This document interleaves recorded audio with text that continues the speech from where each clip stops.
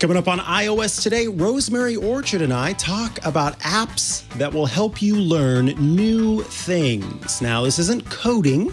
This is all sorts of other skills and fun things you can learn. So stay tuned. Podcasts you love. From people you trust. This is Twit. This podcast is supported by AT&T Active Armor. We rely so much on our phones these days and are always on them, whether it's live streaming content, catching up with family on weekly video calls, or watching your favorite podcast. There's no room for fraud calls. Thankfully, AT&T makes customer security a priority, helping block those pesky calls. It's not complicated. AT&T Active Armor, 24/7 proactive network security and fraud call blocking to help stop threats at no extra charge. Compatible device and service required. Visit att.com/activearmor for details.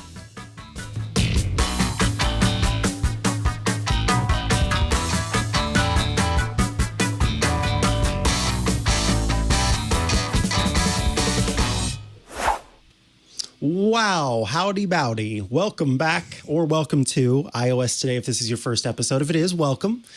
Please remember to grab a membership packet on your way in, and don't forget to have your parking validated on the way out.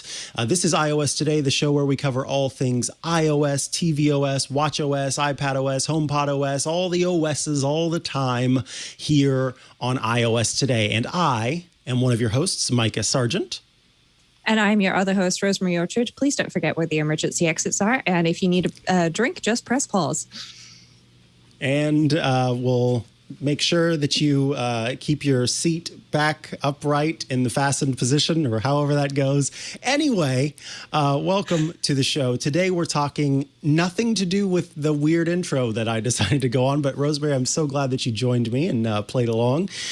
This episode, we were kind of struggling for what to do because we're just getting over that WWDC awesomeness. There was a lot of stuff that was announced, and we tried to cover as much of it as we could in the last episode.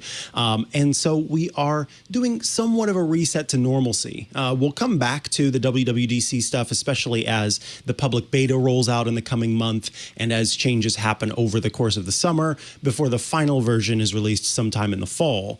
But for now, we want to get back to normalcy. And this time we're talking apps that can teach you things. And typically on this show, when we do apps that can teach you things, there's usually a coding app involved, or a coding app or two. So we purposely tried to avoid coding apps in talking about and picking the ones that we have for you today. So, Rosemary, tell us about your first app for learning things.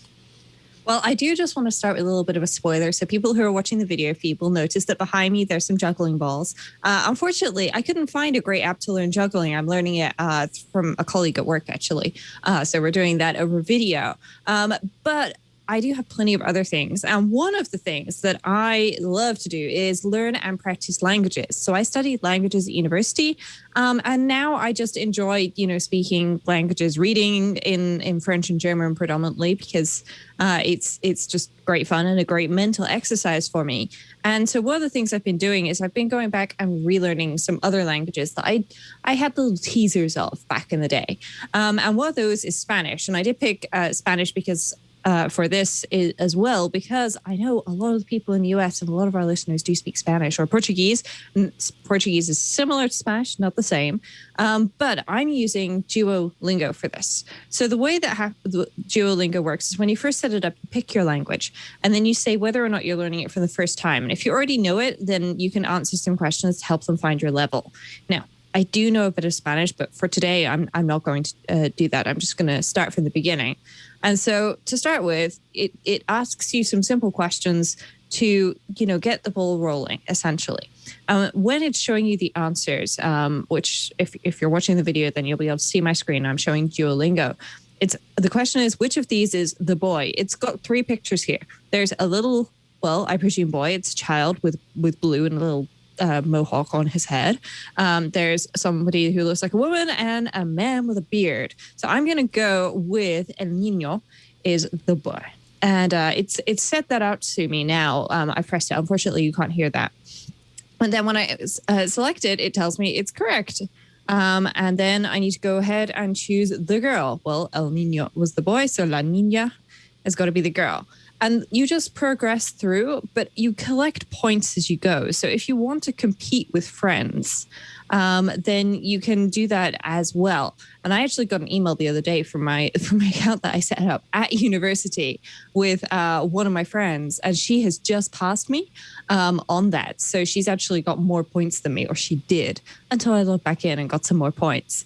But as you go through, you'll see different kinds of exercises. So it won't always be picture cards like we're seeing at the moment.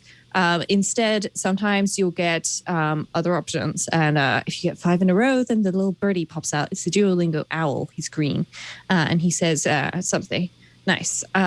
So one of the other examples of sentences is this, where I need to translate what it says. So it's el hombre, which is the man. And so I select the 2 words from the bottom and I select them in order, and then it puts them in my sentence, and then I tap check, and voila, it's correct.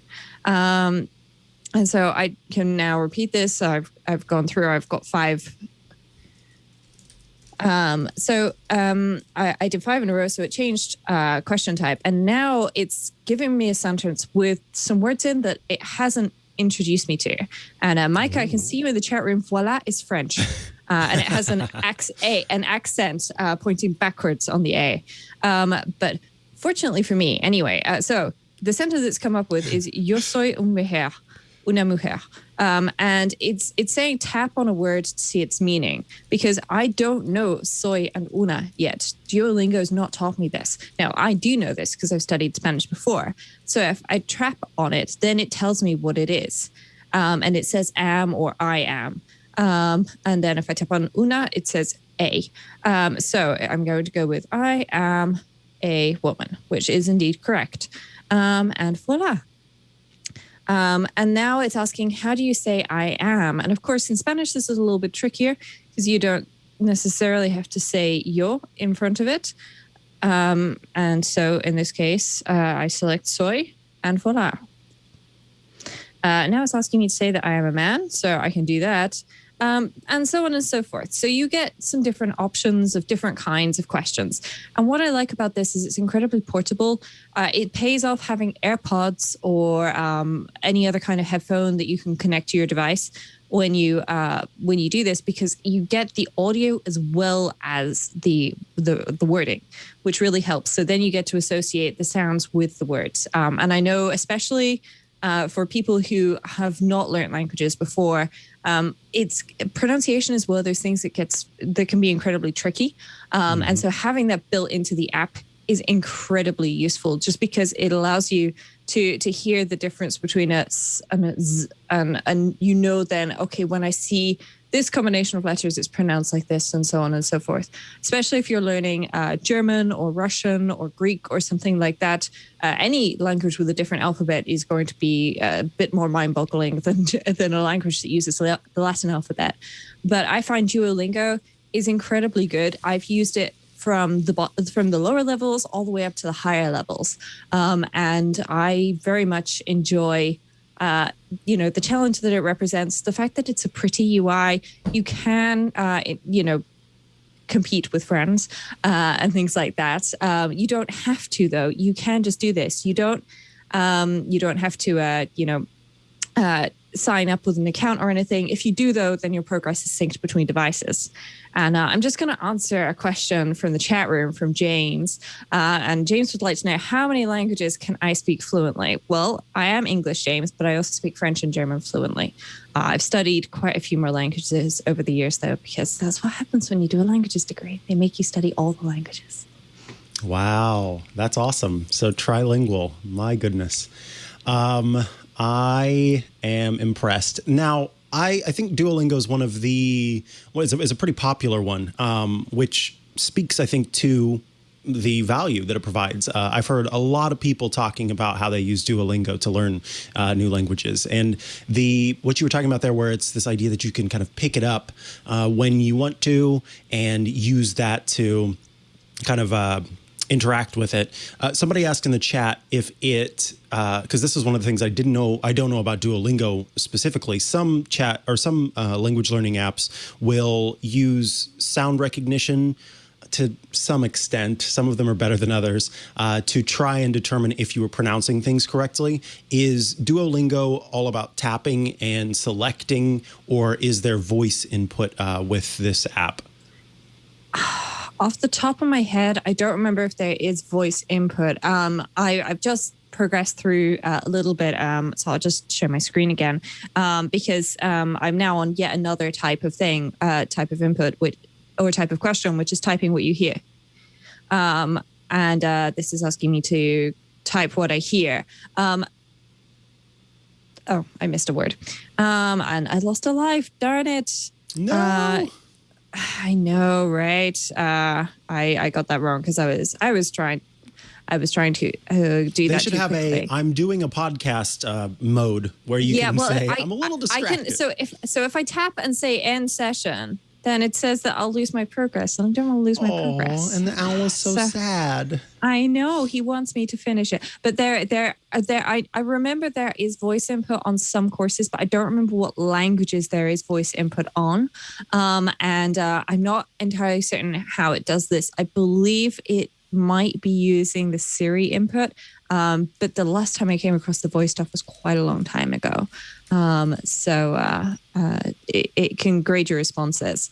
And somebody in the chat room Doug is saying that it depends on the specific language. Spanish and German both do that. So I think it's not an easy feature to implement. So I'm not surprised. Yeah, it's not an easy feature to implement. And I think it is definitely only at the higher levels. You are going to want to do this for quite a long time before you get up to stuff. I don't think alone any one tool can ever get you to be completely and utterly fluent in a language. That's something that James is asking us in the chat room. I believe if you want to be fluent, you're going to need to take classes or talk to native speakers or do some kind of language exchange or something like that. Just apps are not going to get you all the way. They can teach you grammar and things like that, but they won't be able to teach you, casual slang and things like that. But it is incredibly helpful for tourist trips. It's free. You can get upgrades for plus parts of it. I've never ever paid for those, but I've used this in combination with some very old CDs that I checked out from the library, Michel Thomas, and between those they helped me pass some exams that I needed to do. So I was really pleased with those. Duolingo is great when I had a little bit of time between classes. I could just do a little bit, and then Michel Thomas was the walk to and from university to make sure that I got all the way up to speed on whatever language of the day it was. Nice. All right, that is Duolingo, which is available for free in the App Store. A lot of folks in the chat are saying you can, as you said, you can upgrade, but it is not necessary to use the app. And as I had pointed out, I've got a lot of friends who use it and do it completely with a free version and are happy with that. So I'm not surprised. My first app that I'm talking about today is one called Kitchen Stories. It's technically called Kitchen Stories Recipes, but that's because it makes it easier for you to find and search. But the app is Kitchen Stories. And this is an app that's great for folks who've been cooking for a long time, who just want to try some recipes and see how folks make them. That's kind of updated constantly with new content. But what I love about this is if you are not super great in the kitchen in terms of your skills, or you want to brush up on skills or learn new skills. What does it mean to julienne a carrot? That kind of thing. This app is great for that. So let's scroll down here and we'll pick a recipe. There's a 5-ingredient sticky hoisin roasted broccoli wedges. I'll tap on that and you can see it says it takes about 40 minutes to make. On the side, it's got that classic paragraph of what you need to know about it. Although I have to say I'm thankful it's only a paragraph versus like an essay before you actually get to the recipe. You can read reviews that people have left about it, the difficulty of it. You can up or down the recipe. So if you want to make 4 servings or 5 servings, then it can help. You can create a shopping list very easily, and it has nutrition information per serving. So it's all right here for you to understand what to do. But then here's the part where you get to learn. So there are several how-to videos, and these, they pop them in, they populate them based on what you're making and what the recipe calls for. And then we'll go to those in a second, but I just want to show, here are the photos. So it has your steps with these great photographs showing you what you need to do. Very easy instructions to read. There's step 2 of brushing the sauce onto the broccoli. And then step 3 of adding some, I think those are sesame seeds, but it just has a very strange, yeah. Oh, is that German, Rosemary? No, that... I mean, yeah, it says geschalt, which means what is it that I'm thinking of? The outside of a nut. You know, like a peanut. Yeah, whatever it is. Like that's the been shell removed. or the husk? The shell, that's the word. There we go. Of course, geschalt. Yeah, geschalt, schalen. Shell. Yeah, sorry. It's like, I know exactly what it means, but sometimes with these things, right, to translate it is difficult. Yeah, I totally understand. Yeah. So before we go into I'll start cooking in a second, but now I want to show you the video. So there's how to chop green herbs, how to cut green onions, how to peel ginger. Let's watch that one. Maybe, you know, I think chopping green herbs is one of the more simple ones, but you might not know necessarily how to peel ginger. So let's tap on this. And can you hear this?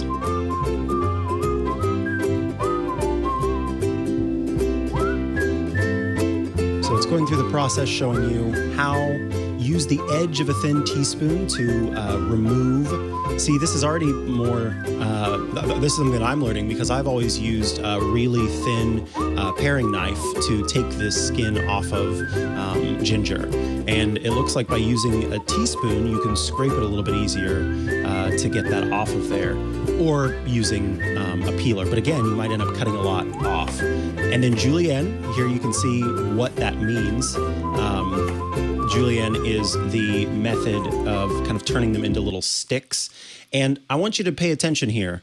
I like that you can very clearly see that this is a person who knows what they're doing. I always pay attention to how someone's using their knife when they're, especially on television shows and things like that, when I'm sort of going, okay, they're supposed to be a chef or they're supposed to know what they're doing in the kitchen, but the way that they're holding their knife is incorrect. And the incorrect way of holding your knife is to grab it, and then people will typically put their index finger down over the top of the knife as they're cutting. And you should hold the knife back by the handle and then take your thumb and your pointer finger and sort of pinch the sides of the knife, because that gives you far more control. So you can see that that's what's happening here as this person goes through and juliennes the ginger. And so a little quick set of instructions showing you how to cut the ginger in this case, but most importantly, that first step of peeling it without wasting a lot of that ginger as you do peel it. Up next, there's a video on how to butterfly. What is this? Is this chicken? It might be pork, but how to butterfly meat in general. So it shows you, what you need to do to slice it and spread it and then tenderize it. All through. So I love this idea of learning how to properly prepare meat, and so or prepare food, especially given how in some of those meal kits that you get delivered or recipes that you find online, it'll be like, do this or do that. And you go, I don't really know what that means. So then you have to go look it up. There's a funny scene in Schitt's Creek, and I could say that because it's SCHITTS, in that show where somebody is talking about folding ingredients to make a recipe. I just watched that episode recently. I've never seen the series before, and they were talking about folding in the ingredients and just fold it in. And I'm like, I actually do know what that means, but I even if I was reading a description of it, I'm sure I wouldn't necessarily recognize it. That saying a picture is worth 1,000 words. Well, it definitely is, but a video can get so much more across so quickly if, assuming video is accessible for you. Exactly. But I love the fact that they've got, the steps written down here of what it is that you need to do as well, which just, makes it much better. Yep. And then here, as I promised, by tapping on Start Cooking, then you can easily swipe through to see what you need to do. And what I love is that these timers, you can tap on them and actually start them and have them timed within the app. So you don't have to leave the app or interact with any other thing. You can do all of the timing and preparing right from within this app. And then it also shows you what each step requires with your ingredients. So you can make sure you have those for that. And I should say ingredients and tools that you'll need for each of these steps. And then once you're done, it gives you the option to take a photo of it if you want to and share it. So this is the free version of the app. There is a $4.99 a month subscription with some other options that will let you create cookbooks and add even more and kind of do more searches. And then there's the ability to upload your own recipes so that you can kind of be a part of this community if you'd like to be. There's a search function for learning how to do these. And then it also has kind of a recipe ingester, so you can add those third-party recipes to this app and use the built-in functionality that's available here to kind of learn more about how to do this. But again, I think the big thing here for you to really get into is even just tapping on one of these recipes. And so these are some tips, by the way. Some things that you like, 11 handy tools you'll want but don't need to make homemade pizza, and some tips about making a smoky sauce. But if we go back to the main page again and we tap on another recipe, then in this one, the how-to videos are how to make a homemade aromatic fruit jam and how to properly measure. That's another thing I see. Usually this isn't a mistake made in shows, but occasionally you'll see somebody use a liquid measure for dry ingredients and a dry measure for liquid ingredients. And that is always a no-no. So you can use this to understand how to properly measure ingredients and get them figured out for your recipe. So lots of great little tips and skills and tricks within Kitchen Stories Recipes, available in the App Store. Again, all of the stuff that I'm showing here has been free for you to watch and use, so you can make use of most of the app for free without that premium subscription. Alrighty, Rosemary, what is your next app? Well, my next app is born out of the frustration that I type all of the time now, and therefore my handwriting is getting worse and worse and worse. And one of the things I used to love to do or fail at doing was calligraphy. And you know what? We have Apple Pencils. This is the older model Apple Pencil because I'm using my iPad mini for most of today's show because iPad OS beta is still not quite stable, people. It's not public beta yet either. So I'm using my iPad mini here, and I am using an app called Calligraphy Penmanship. Now, this is a free app, and you get like a 77-hour free trial or something like that. I don't remember, or it might be a 7-hour or something. But either way, you can see my trial time in the bottom right-hand corner is going down if you're watching. Calligraphy Penmanship gives you a choice of 12 different kinds of letters that you can practice penning. There's also the options to do some other things, which I'll get to in a moment. But you start by picking a font set, essentially, or a way of writing characters. And then you select which character you want to practice. And then you can see how to do this. So you've got a little grid with the letter on it in gray. And then over on the left-hand side, you can see the full form of the letter once it's completed and what you need to do to start with, and then what you would do second. Now, if you swap things over at the top on the left-hand side, then you can also you can get a whole row of letters of that kind of letter to practice. And if you tap on the letter in the top left, then you can go back and select a different one.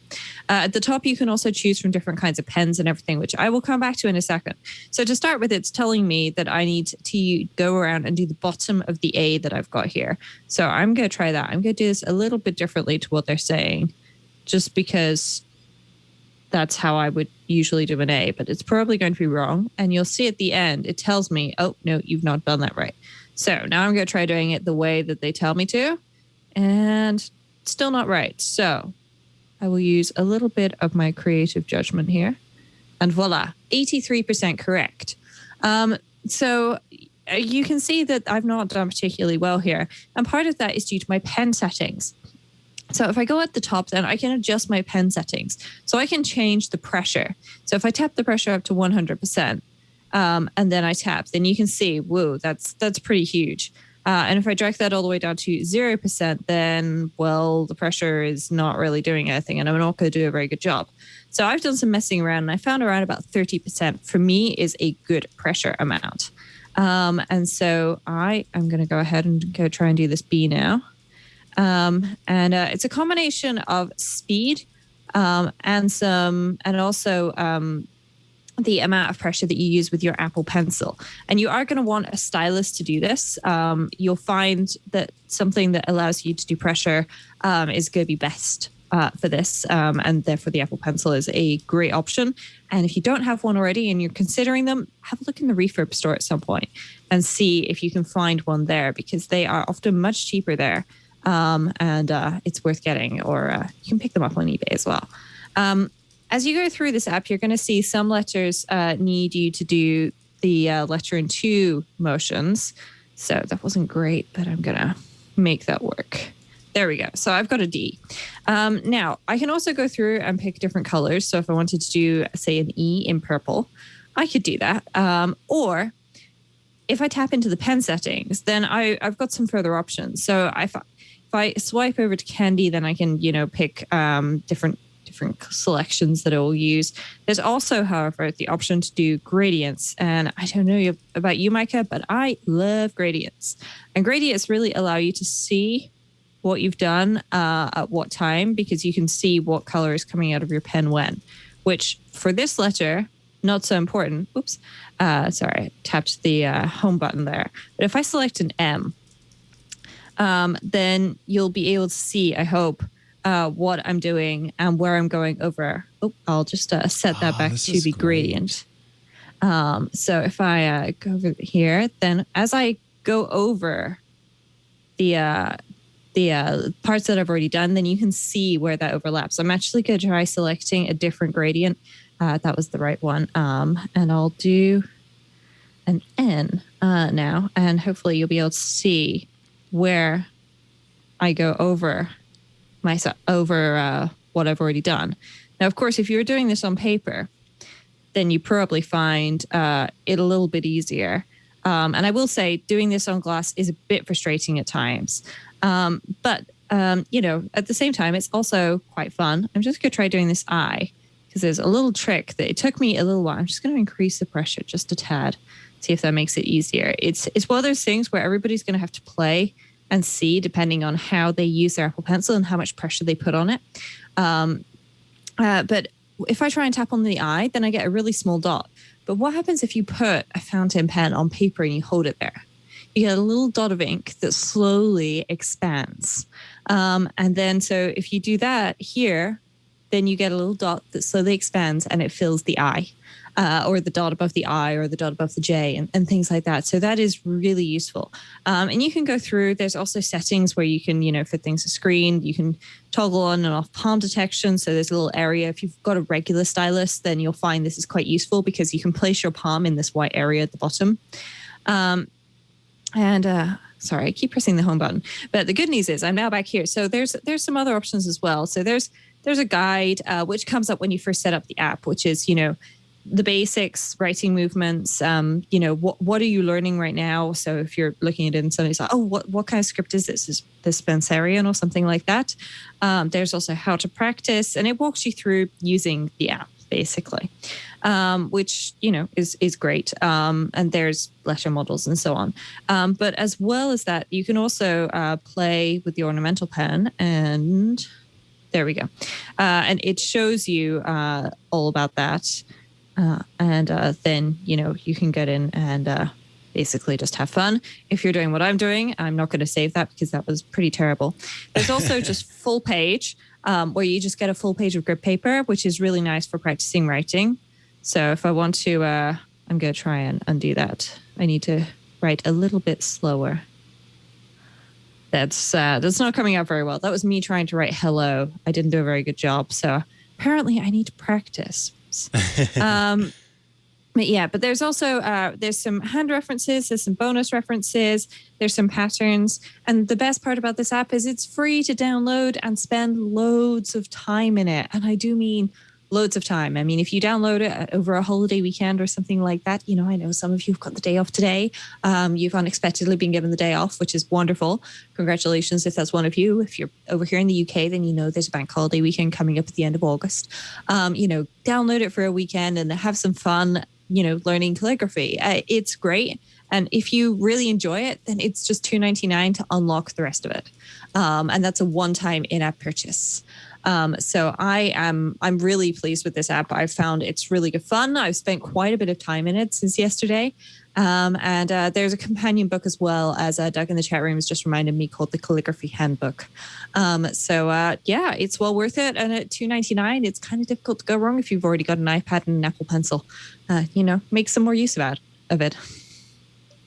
Yeah, I think this is fantastic. I remember I think it was in middle school first and then later in high school, I used to just pick up a bunch of different hobbies, and one of them was calligraphy. And I have not played around with calligraphy in so long, and so I definitely downloaded this app. I think I'm going to pair it with one of those. There's a company called Paperlike, quite literally one word, Paper-like, and they are screen protectors for your iPad that give it more of a matte feel.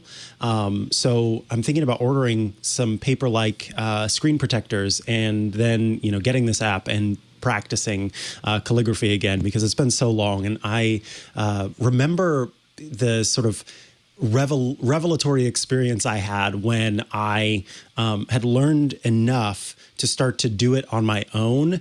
And as I was doing it and sort of writing these letters, especially as a left-handed person where a lot of the writing world is not made for me, to see myself making these beautiful letters was really just super cool. It was kind of like, that's coming out of my hands? That's so neat. So I itch for that again. I see. Captain Jack was pointing out that the Paper-like screens, something to be aware of is that they do change the quality of what you see off from the screen. So that's just something to be aware of. Luckily, I've got a smaller iPad that I can do the Paper-like with, especially with Quick Note in iOS 15. It'll be easier to carry that one around versus the bigger one, which is all for kind of show watching and stuff like that. So those can be separated. Yeah. No. I do the same. I've got my iPad mini, which I tend to do handwritten notes and things like that on, and it sort of lives in my handbag. But if I want to watch stuff, it's going to be the 12.9-inch iPad Pro that I go to for that. I understand not everybody can afford two iPads, and certainly you and I are very fortunate in that one of them is a business one. At least I know one of mine belongs to one of my businesses, which is wonderful. But if people are curious about that, you can definitely use cheaper iPads for apps like Notability and stuff like that. You don't need to have an all singing, all dancing 2 terabyte 12.9-inch iPad Pro for that. You could get the original iPad Pro from a refurb store or secondhand somewhere. Make sure you get it from somewhere with a good refund policy, just in case there's something wrong with it. Buy it from Best Buy's refurb store. I guess they have one. Over here, lots of stores have a refurb option. So, yeah. There you go. All right, let's take a quick break so I can tell you that this podcast is supported by AT&T Active Armor. Look, we all rely so much on our phones these days and are always on them, whether it's live streaming content or catching up with your family on video calls or watching your favorite podcast. There's no room, no time, no space for fraud calls. Fraud calls, they're so annoying and they get in the way. Well, AT&T Active Armor can help you with that. I'm thinking, there are a number of times where I'll be doing something on my device and, you're in the middle of, say, a game, or you're in the middle of a crossword and you're trying to get it in under the wire, and then suddenly a fraud call comes in and ruins everything. I may or may not be speaking from personal experience. Thankfully, AT&T makes customer security a priority, helping block those pesky calls. It's not complicated. AT&T Active Armor. It's 24/7 proactive network security and fraud call blocking to help stop threats at no extra charge. Compatible device and service required. Visit att.com/activearmor for details. Thanks so much to AT&T Active Armor for sponsoring this week's episode of iOS Today, and also for helping me block those fraud calls. All right. As we do podcasts, it's no surprise that we have some consideration for our voices. I, in high school, was in speech and debate and theater and learned a lot about my own voice and was able to take coaching lessons and understand better how to use my voice to communicate. And through time, have worked on pronunciation and trying to make my accent as neutral as I possibly can so that I'm sort of somewhere in the United States, but does anyone know for sure? And this is an aside, but I think it's a really fascinating aside that before I moved to California, I had done quite a bit of work on taking a lot of the Midwestern pronunciation uniqueness out of my accent, out of my day-to-day speech. But there was one that I had missed, and it was one that was revealed to me by someone whose first language was Mandarin. And as their second language was English, I remember talking to them and they asked me, "How come you pronounce that word like that?" And I said, "What word like what?" And the word was the number 10. And what I didn't realize is that I was pronouncing it tin. Tin. And that I had a tendency to pronounce the E sound, the sound as in a lot of the words that I used. And I sort of had this revelation of going, oh my goodness, I can't believe I've been doing that. And it started to stick out more from other folks that I heard speaking and in my own words.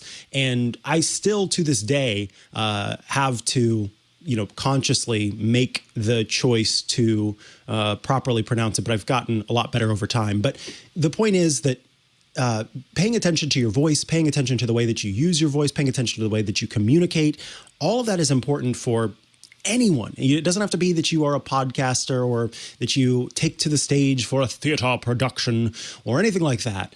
We all do some level of communicating and can all find some level of improvement should we choose to go down that path. And so there's this great app called Astound, the Astound voice and speech coach that can help you with this.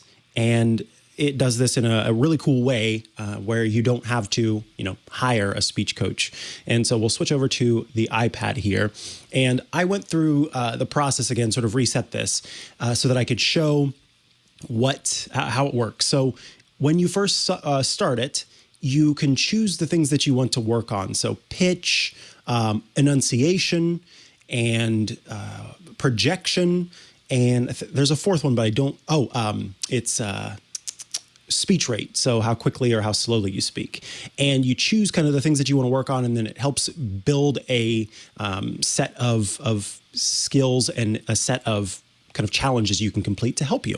So I'm going to choose, this is interesting, I'm going to choose record because this is going to use the recording as a benchmark to help determine how things have improved over time. So I'll tap record. And then it says the magic of beginnings. With your first recording, you set a benchmark on one you can compare to later. So I tap begin your first recording. Astound would like to access the microphone, of course. And now it says voice potential. Okay, it says make sure you're in a quiet place, tap record, and read the following text out loud. I use my voice to tell stories, to motivate others, and to leave a strong impression.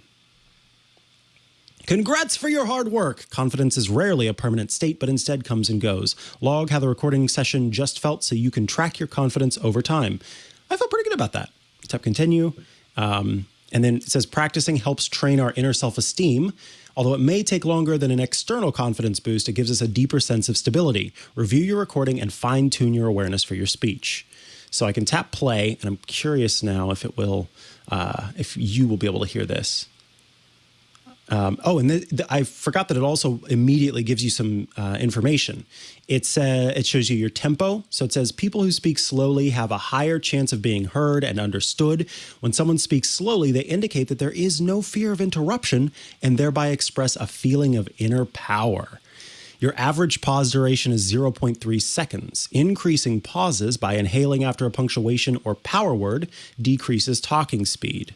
Then it gives you some warm-up exercises you can do to improve upon that. So 182 is above the good range of speaking, which apparently means that I am afraid to be interrupted. I think in the case of a podcast, it's that I don't like dead air.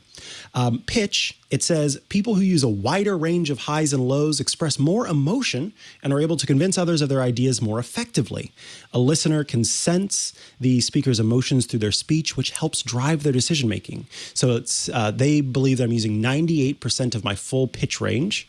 Amplitude, people who modulate their speech volume engage better with their listeners. They emphasize important words with louder volumes and draw listeners closer with lower volume. And then clarity, people who focus on the clarity of their words, so this is enunciation, make it easier for the listener to follow. The listener can focus better on a story when they're not trying to catch up after being distracted by something unclear. So with that one recording, it was able to determine all of this information, and then I could just tap play.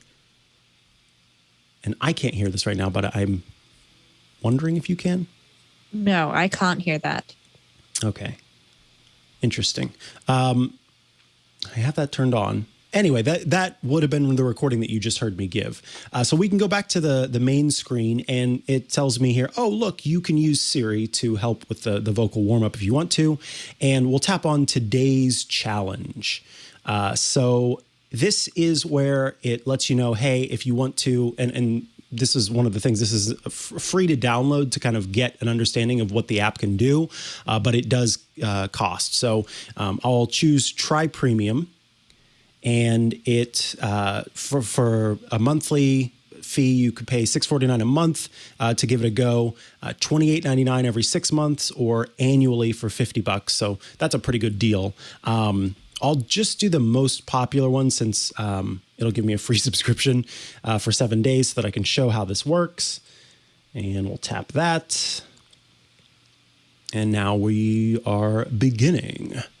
Again, I've downloaded this before and used it in the past, and I just haven't in a long time, so they've added some new things to it as well.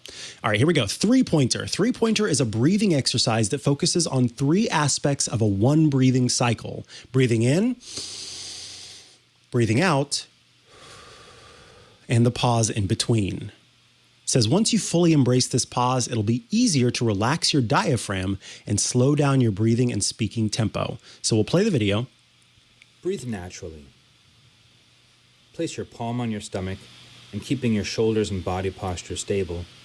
Notice how your stomach expands as you breathe in and relaxes as you breathe out.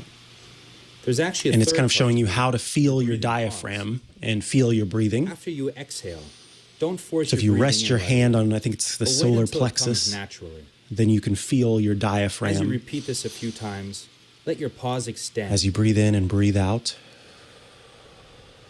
Your breath and really should strengthen and the movement of your chest and stomach should expand. Your diaphragm. I've got some friends who are classically trained singers, and my goodness, their diaphragms are so strong that they can make what looks like their stomach, but it's really just their diaphragm, come out so far from their body. It's really impressive how strong they are. So it says, how does your breath feel now compared to before the warm-up? I'll say deeper, because if I had done this exercise, I know that it would have felt deeper. And then it says, hey, look, you felt some improvement. That's what you want. And then you can go to the next one. This is a really great exercise that I'll show really quick, and then we can move on. But this is one that teaches you kind of how to help undo some of the tension surrounding your vocal cords, and to help you also better breathe, because breath work is so important when it comes to speaking. So we'll tap play video, and it starts to talk about what you need to do here. So rest your arms comfortably at your sides. Rotate just your left shoulder, and then start small to circles from the front to the top to the back. Spiral your the shoulders. Same direction, a swimming backstroke. Increase the size of your circles with each rotation and begin to draw a spiral. Yeah, so we're following through here. Once you've reached your maximum radius, stretch continue out our rotating your shoulders, shoulder to maintaining draw a few good more large posture. circles. Then, breathing through your nose, move your shoulder to the top. Hold your shoulder and your breath for a few seconds. And then hold. And with a relaxing exhale, let your And then shoulder drop. release. Take a moment Repeat to on the compare other your side. shoulders. Is one lighter than the other? Or is there a temperature difference? Then, to not leave your other shoulder hanging, begin the same routine with your right shoulder. Start drawing tiny circles. And rotate your shoulder again in the backstroke what we're direction. doing is we're stretching out all of this Once area in loosened the up, neck, start which drawing your spiral ends up shape. providing a lot of tension to As soon as you reach your the maximum neck, which of radius, course is continue the to draw a storage few more zone of large your vocal circles. cords.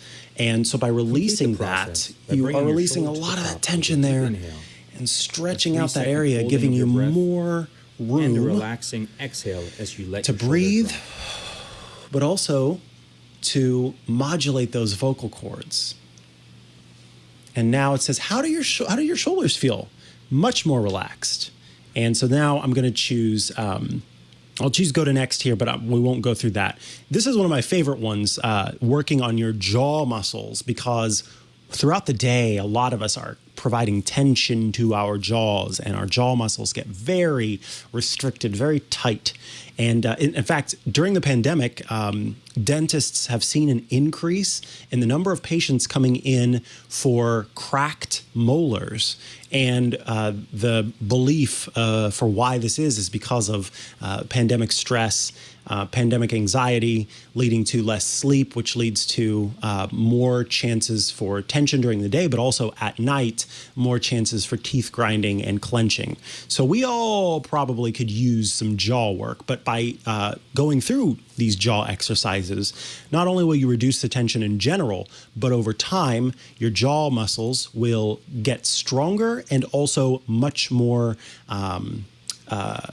movable, much more, they will, react better. And so you'll be able to open and close your mouth better and provide more projection. It's a really fascinating thing. So that is Astound. It is an astounding voice coach, and it's well worth a look if you're looking for a way to improve upon your breathing, your vocal ability in general, the way that you provide. There are the 6 ones. What is that? Can we scroll in on that on the left there? It shows projection, tempo, pitch, articulation, impression, and then there's an option if you just want to check it out and kind of see what they have. But impression is kind of an interesting one because it tries to help you figure out how your words have an impact on other people. So this is a really neat app that has lots of great exercises for helping you improve upon your speaking skills and your voice in general. So give that a go and check it out. It is called Astound, available in the App Store, free to download with a $6.49 a month subscription, or as I showed you earlier, some other options for subscribing if you want to give it a year of trial. All right, Rosemary, I'm really excited about this next one. Tell me about your next app. Well, the next app was inspired by a sort of pandemic impulse purchase.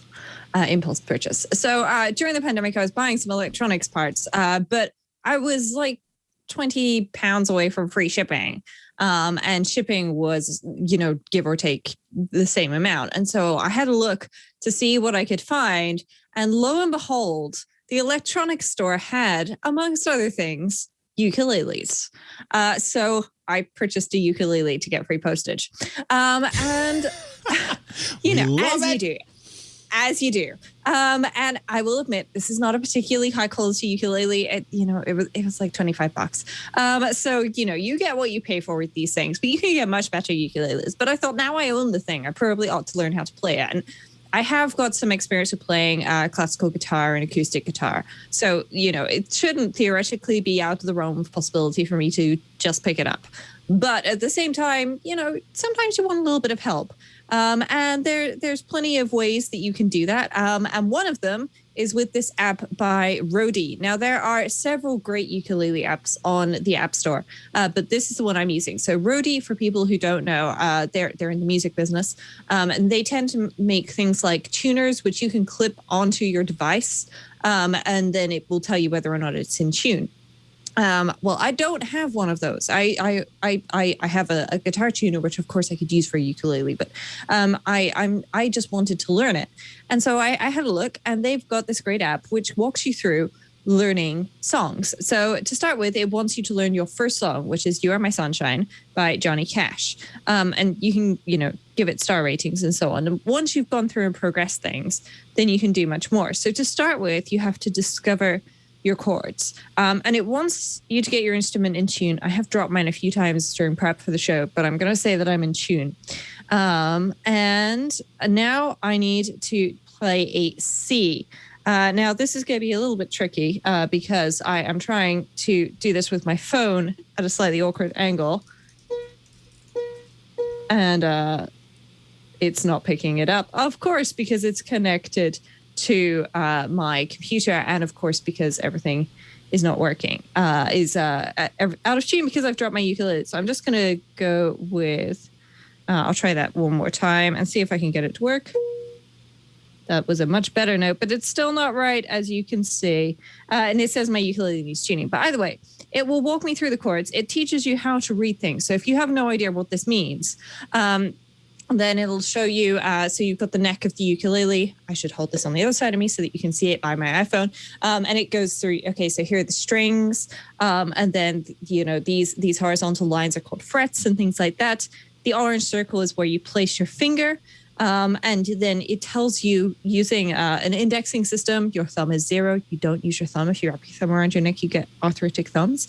Then, it tells you which finger to press on a chord with. And I think maybe my ukulele is actually strung backwards. That might be the problem. So let's try this one more time. I will hold my ukulele right next to my phone and see if it works. It's jiggling. So it's recognizing it, but it's not working. It was working very well on my iPad earlier. But of course, my iPad is having a day where it's a bit crashy because iOS betas. But I'm exploring that so that when the time comes, everything will be right. But this is a great app. And so I walked through it earlier, and I did learn or start to learn how to play You Are My Sunshine. And I've started learning how I can make chords.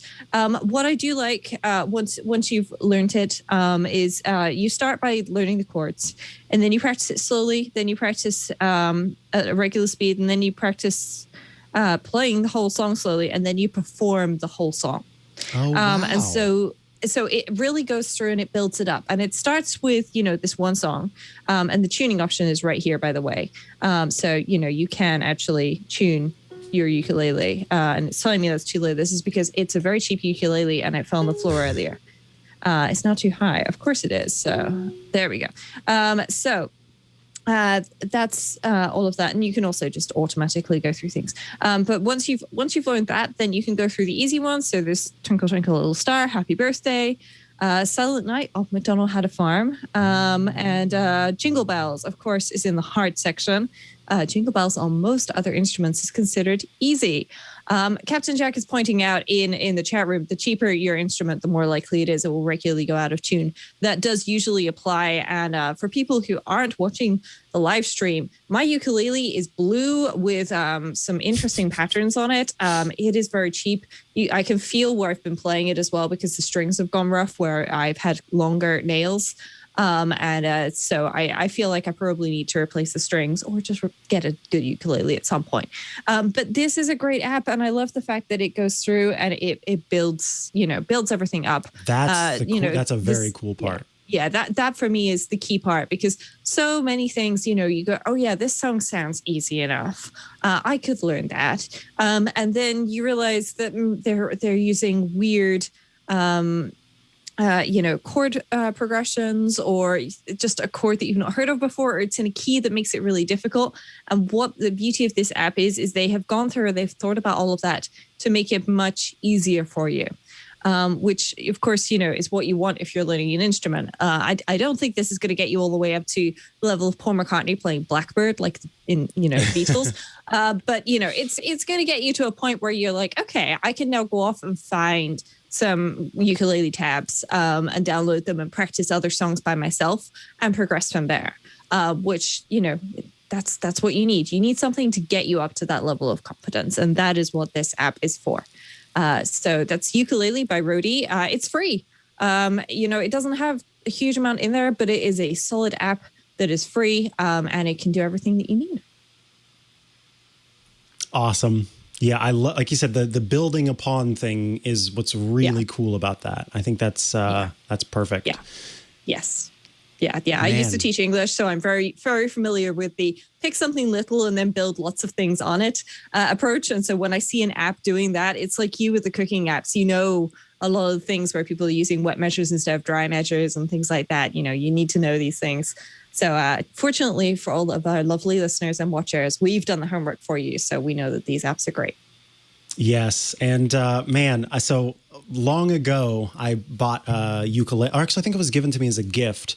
And this was like way back in high school, and I had customized it and, had started to learn, but I have not touched one in a long time. But just hearing you pluck those strings is just a reminder of ukulele. Even though times. They've gone out of key because it fell over on the floor 3 times.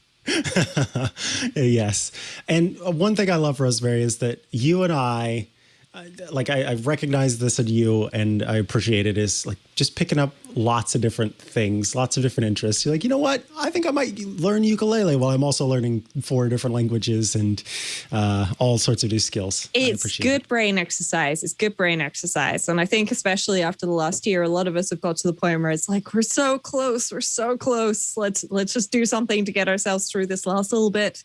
I know I've got my second vaccine booked for August 4th, and I am looking forward to it.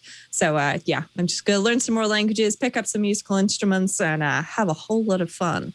And I believe you are going to have fun. Do you have an assistant for this app, Mikah? Because I would love it if you had an assistant for the app. I did not set up the cameras for that, so I don't have an assistant, unfortunately. Maybe there'll be a future episode where we completely cover pets, and I'll figure out some way to maybe if it's in the studio or something, then we can have we can have Anthony bring in his 360-degree camera, and we can make that happen. But for now, I'm talking about the app called Pupper. Pupper is an app for training dogs that teaches you how to train your Pupper.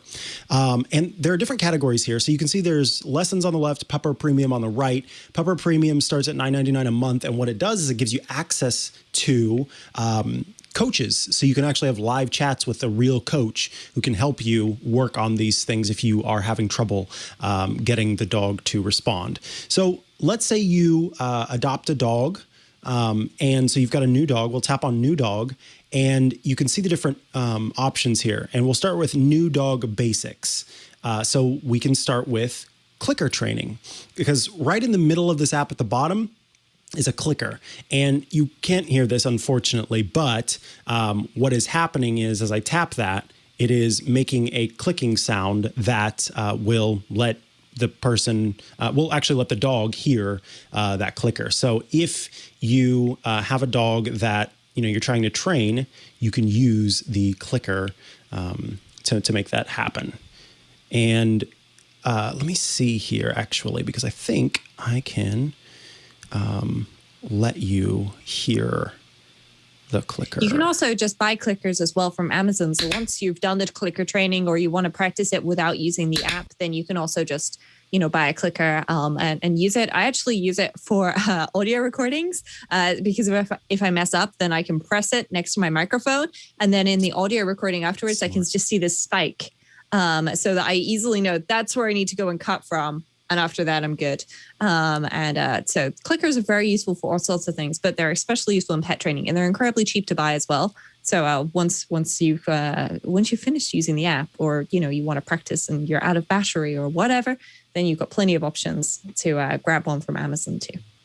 Nice. So we'll tap on clicker training here at the top, and it's there. Here are all the steps. Clicker training is a method of training based on positive reinforcement. The clicker is used as a distinct signal that marks the exact moment your dog performs a desired behavior. So I typed in my dog's name for this, and it says, when Henry isn't looking, say his name. See, I said Henry isn't looking, say his name. When he makes eye contact with you, press the clicker and then reward him with a treat. And then you just keep doing that. And that is how a new dog can learn their name pretty quickly. Obviously, Henry is farther along than this. He knows his name. But they have these little tips at the bottom about when you use a clicker, it's incredibly important that you do the clicker right when you need to, because otherwise the dog will start to associate it with the wrong behavior. Mm-hmm. So you can, call out Coodle, Beetlebob, Henry, and then the second Henry looks at you, then you make that clicker sound to make that happen. There's crate training, so it helps teach your dog about being in their crate, and also, as this points out, gives your dog a safe spot of their own so that they know that that's their place. The video doesn't appear to have anything on the bottom of that crate, so that's a pretty uncomfortable crate, but they do show below a dog bed that you could stick inside of the crate. That's the crates that my dogs have. They're like those wire crates, and then they have dog beds inside, and then I have these crate covers that go over the top of them. So it will teach you, if you've got a new dog, how to crate train your dog, which can be a pretty hard one. And so it starts, I love that this has phases. First, you get the dog comfortable with the crate. Then you feed the dog inside of its crate, because that tells them that they can go inside and kind of be in there. And you start by keeping the crate open as they eat their meal.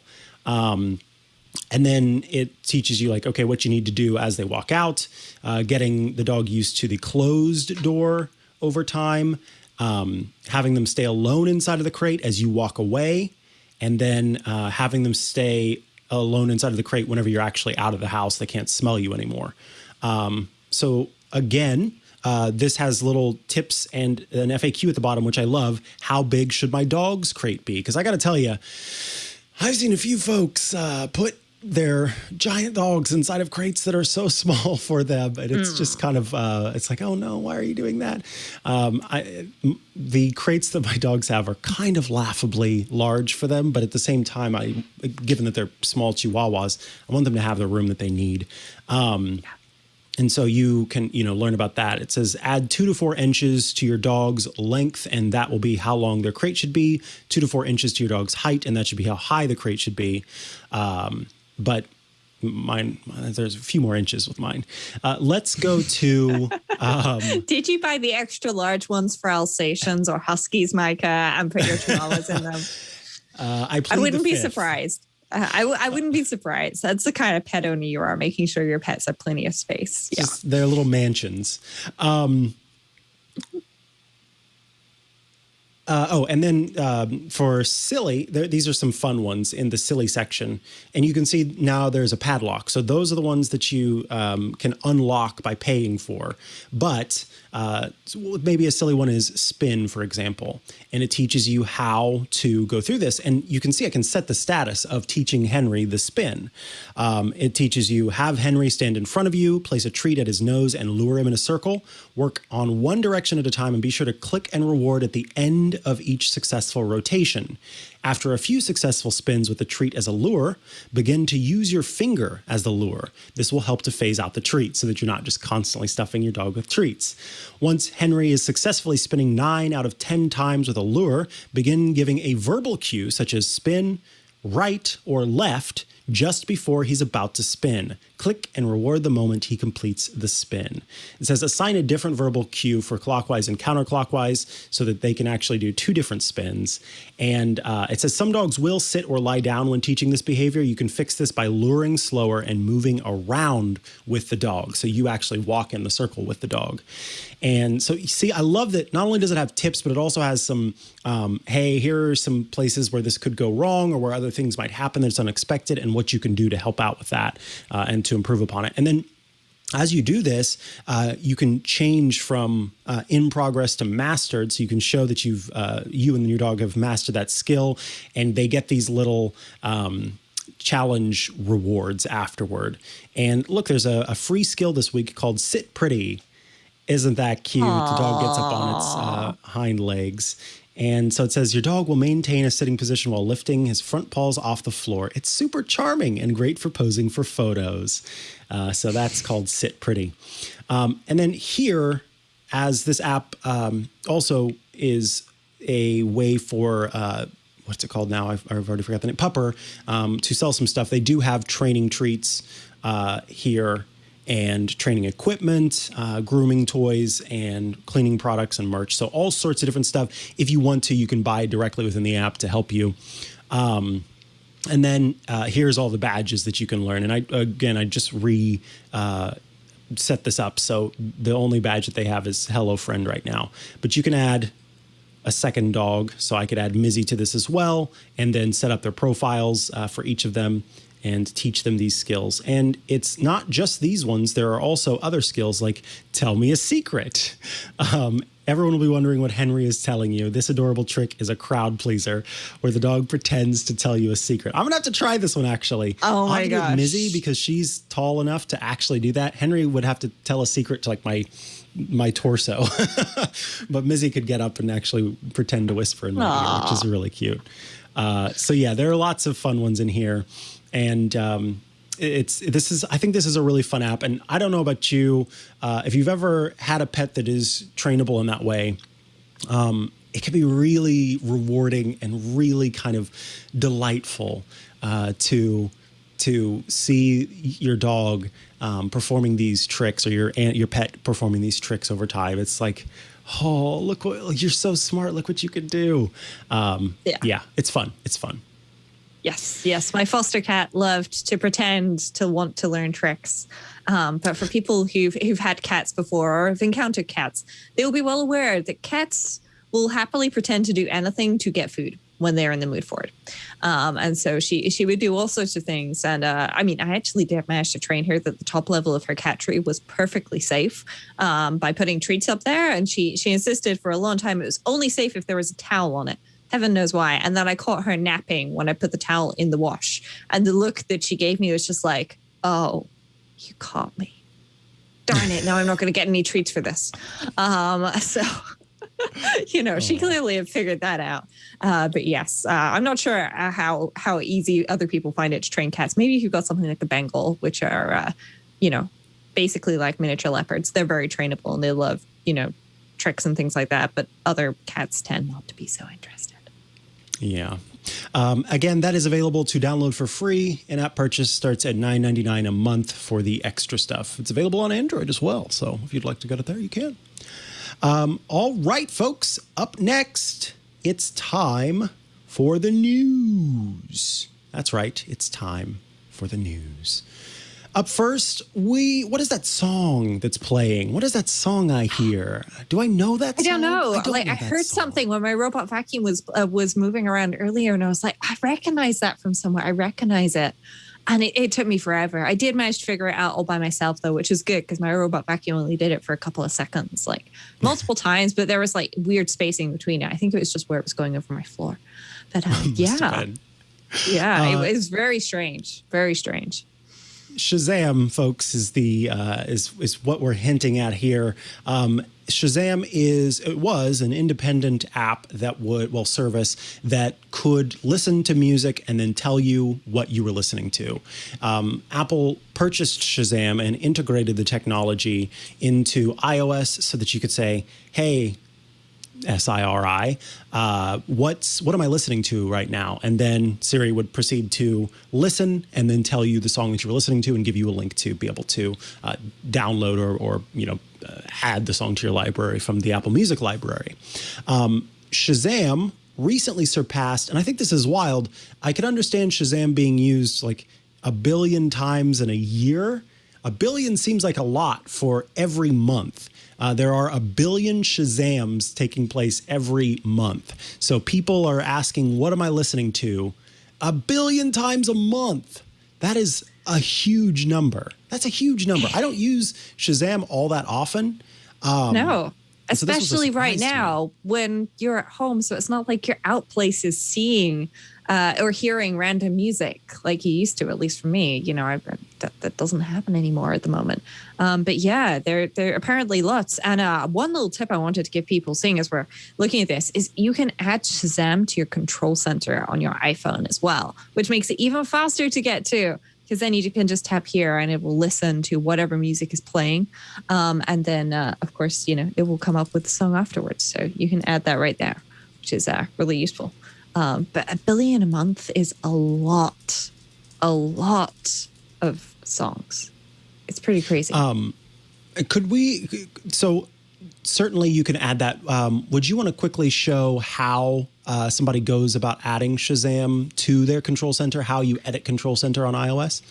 Yep, I can definitely do that. I have just opened settings on my iPhone. Let me just scroll down there so that we don't have any extra information we don't need. So inside of the settings app, if you scroll down to the section that's got general and display and brightness in, then control center is one of those. And you can toggle on and off a whole bunch of options here. And if you scroll down to the more control section at the bottom, then you'll find music recognition. It's not called Shazam, but you'll find music recognition, and then you can move it to, wherever you want. And then if you swipe down from the top right on a device with Face ID, if you've got Touch ID there, of course, it's swiping up from the bottom, then you'll see that Shazam is right there. And you can just tap it to use it. And if there was music playing, it would then get on with Shazamming whatever's playing. Unfortunately, my voice is, or fortunately, probably, my voice is not part of a song here. So it's not going to recognize anything there. But yeah, it's pretty great. And customizing Control Center is a great tip. And the fact that Shazam is right there is incredibly useful. It's also, available on the Apple Watch and so on too.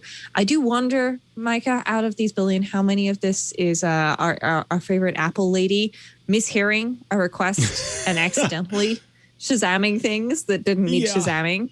But at the same time, who cares? Who cares? It's a big milestone either way. I don't think there's a significant enough number of accidental triggers for it to be significant here.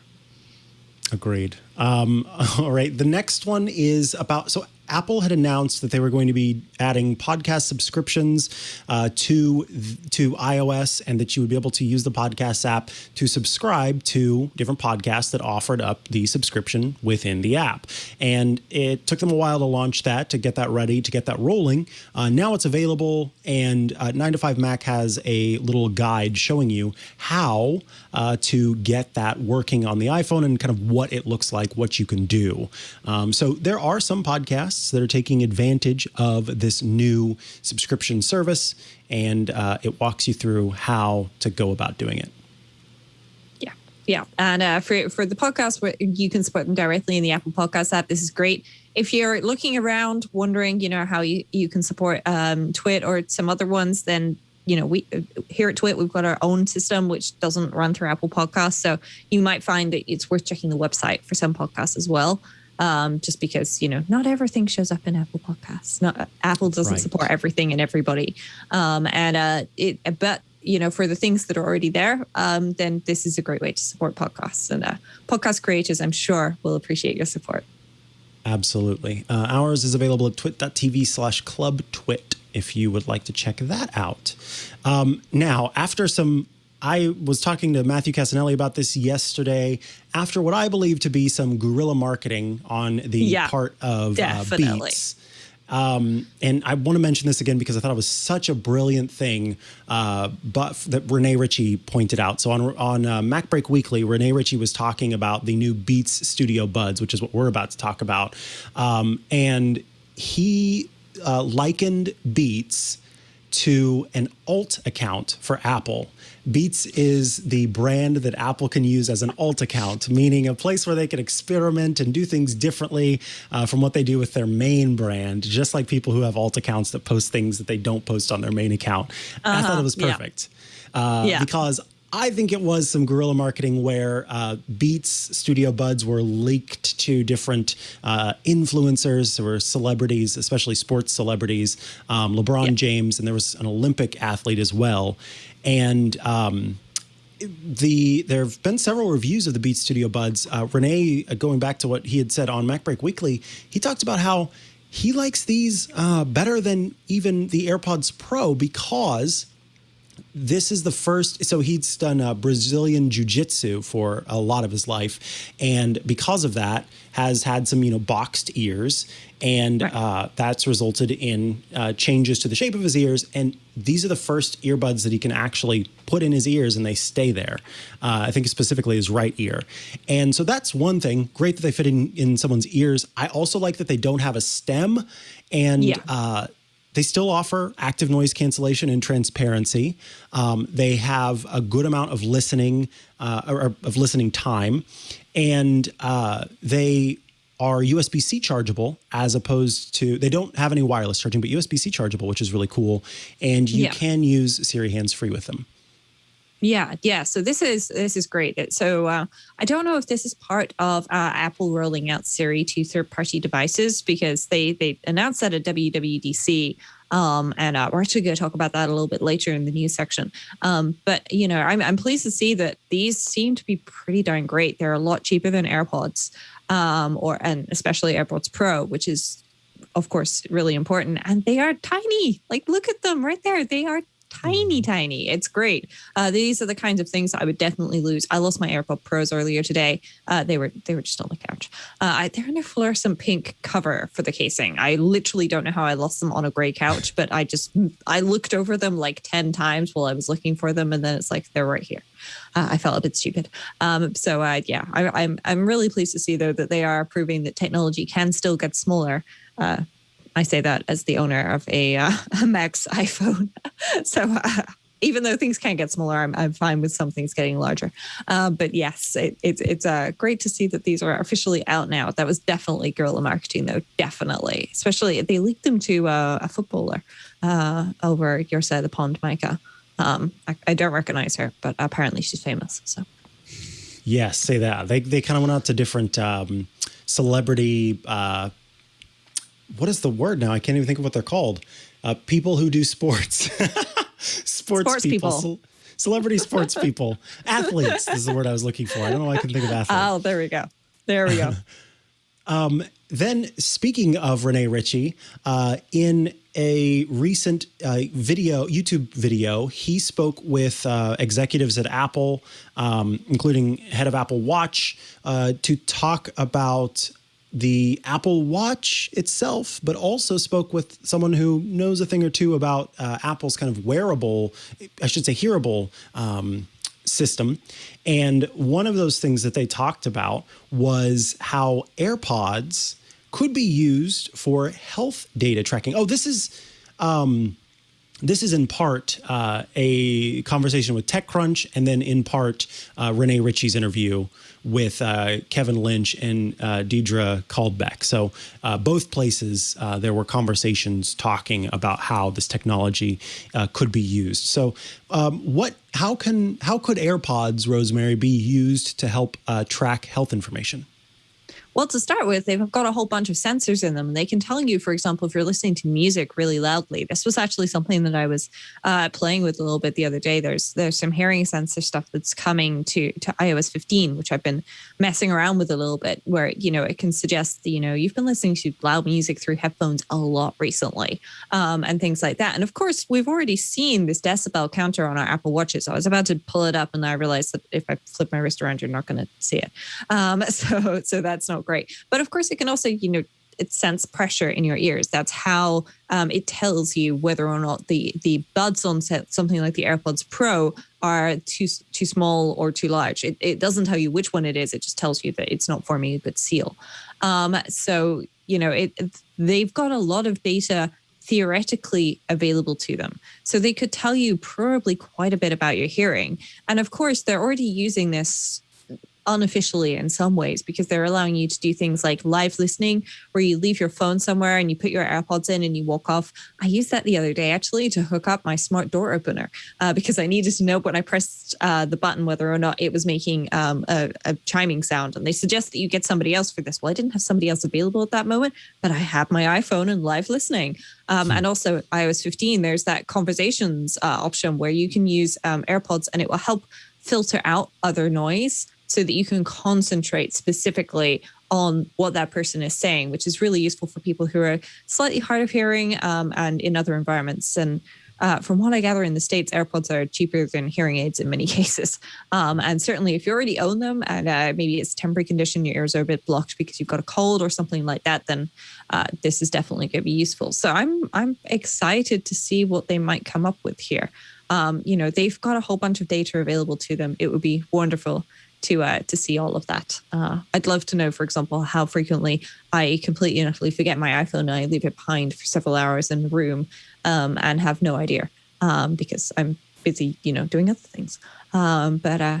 It's interesting, and let's see what they come up with here and whether or not we actually get all of this, because I hope we do. I really hope we do. Me too.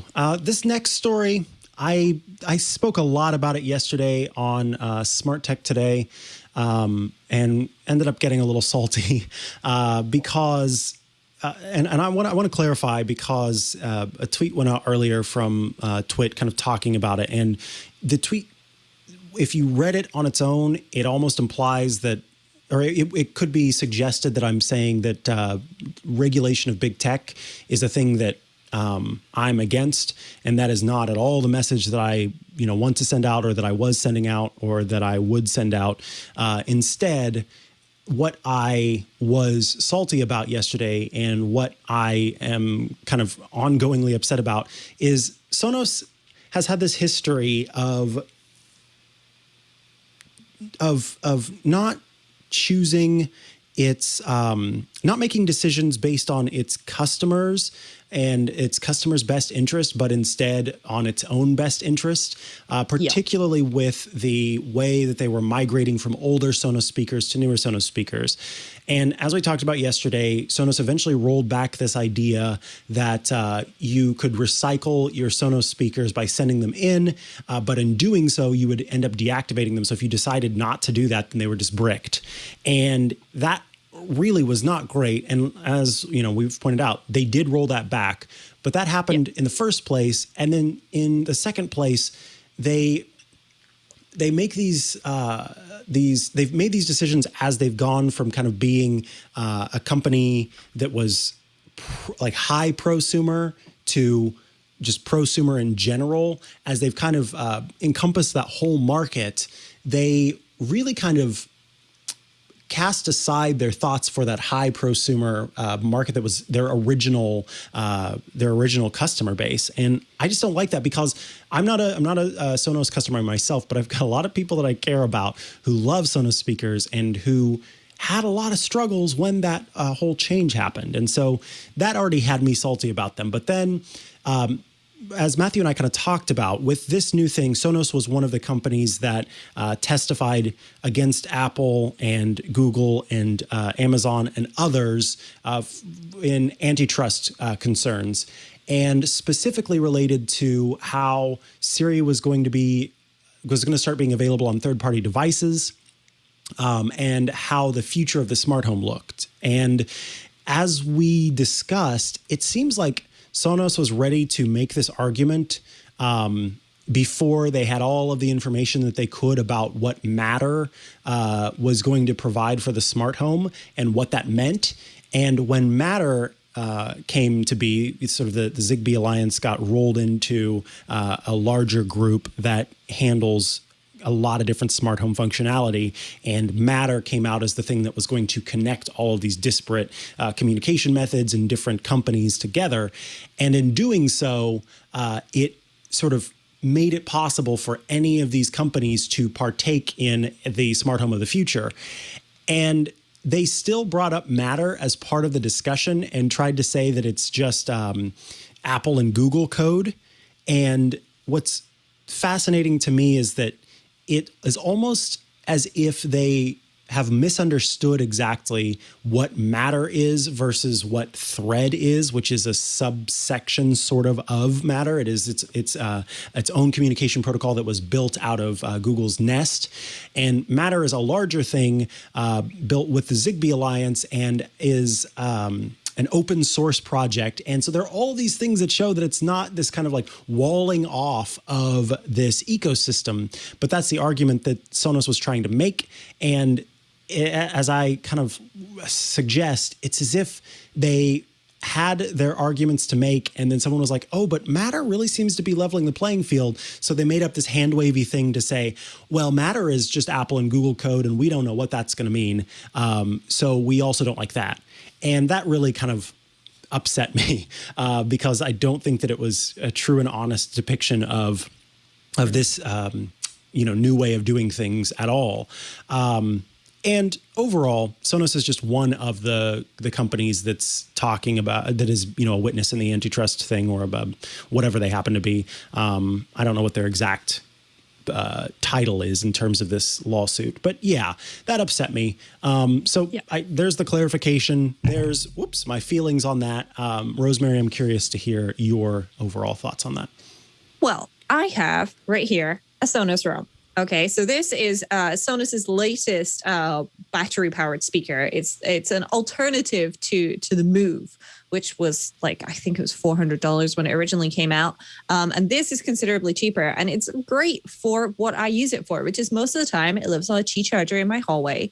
And then when I want to go take a shower or, a face mask or whatever, I pick this up and I take this with me to the bathroom because it's battery-powered. And here in the UK, you can't have a regular socket in your bathroom. It is considered a safety risk. So I can't stick a HomePod Mini in my bathroom. If a HomePod Mini was battery powered, I could. What do I want on this? I want Siri. I don't want to have my phone with me or my Apple Watch. If I'm in the shower, I'm showering. I don't want to have my phone with me and things like that. I'm relaxing as well as getting clean. So it would be great if I didn't have to futz around with Alexa or the Google Assistant on this, because I don't want to do that. I don't want those assistants in my home. And the way that Apple have said that they are going to allow Siri on third-party devices is through a HomePod or HomePod Mini, which means you're going to need a HomePod or a HomePod Mini in your home in order for that to happen. And I really feel like Sonos are being very selfish here and going, yeah, but this is not how we want to do things. I would love to know statistically from Sonos's customers how many of them only have Sonos devices, exclusively Sonos, and would not be willing to purchase a HomePod Mini. Because I bet a lot of people would be willing to purchase a HomePod Mini and stick it in a rarely used room or something like that doesn't already have speakers if they don't have one.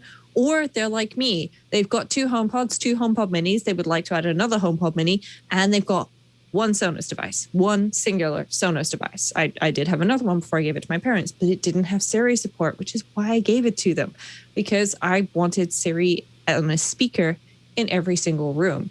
I can live without it in the bathroom. I've picked up, IKEA sells some Sonos branded speakers without any voice assistant integration, unless you hook it up, to whatever. That's called the Symfonisk range. So I actually picked up a Symfonisk remote for the IKEA Symfonisk speaker, but I paired it with my Sonos Roam. So the Symphonist button is in my shower because I don't care if I kill a less than $20 button. And I know that these are water resistant, but better safe than sorry with these things. So I've got the button in my shower so I can easily control that. But, it would be much easier to just shout to Siri when you're, in the middle of trying to get shampoo out of your hair.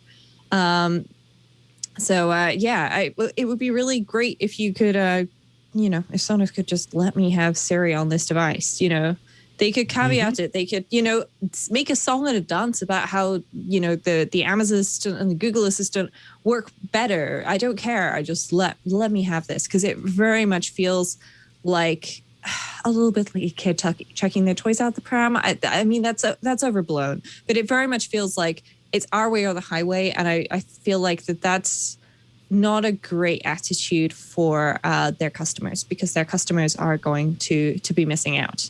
Agreed. And also, that's the thing that's so bothersome about this is that their whole argument is that their customers will miss out because of these companies doing what they're doing. And I'm like, no, what you're trying to do is keep your customers from getting all of the options possible.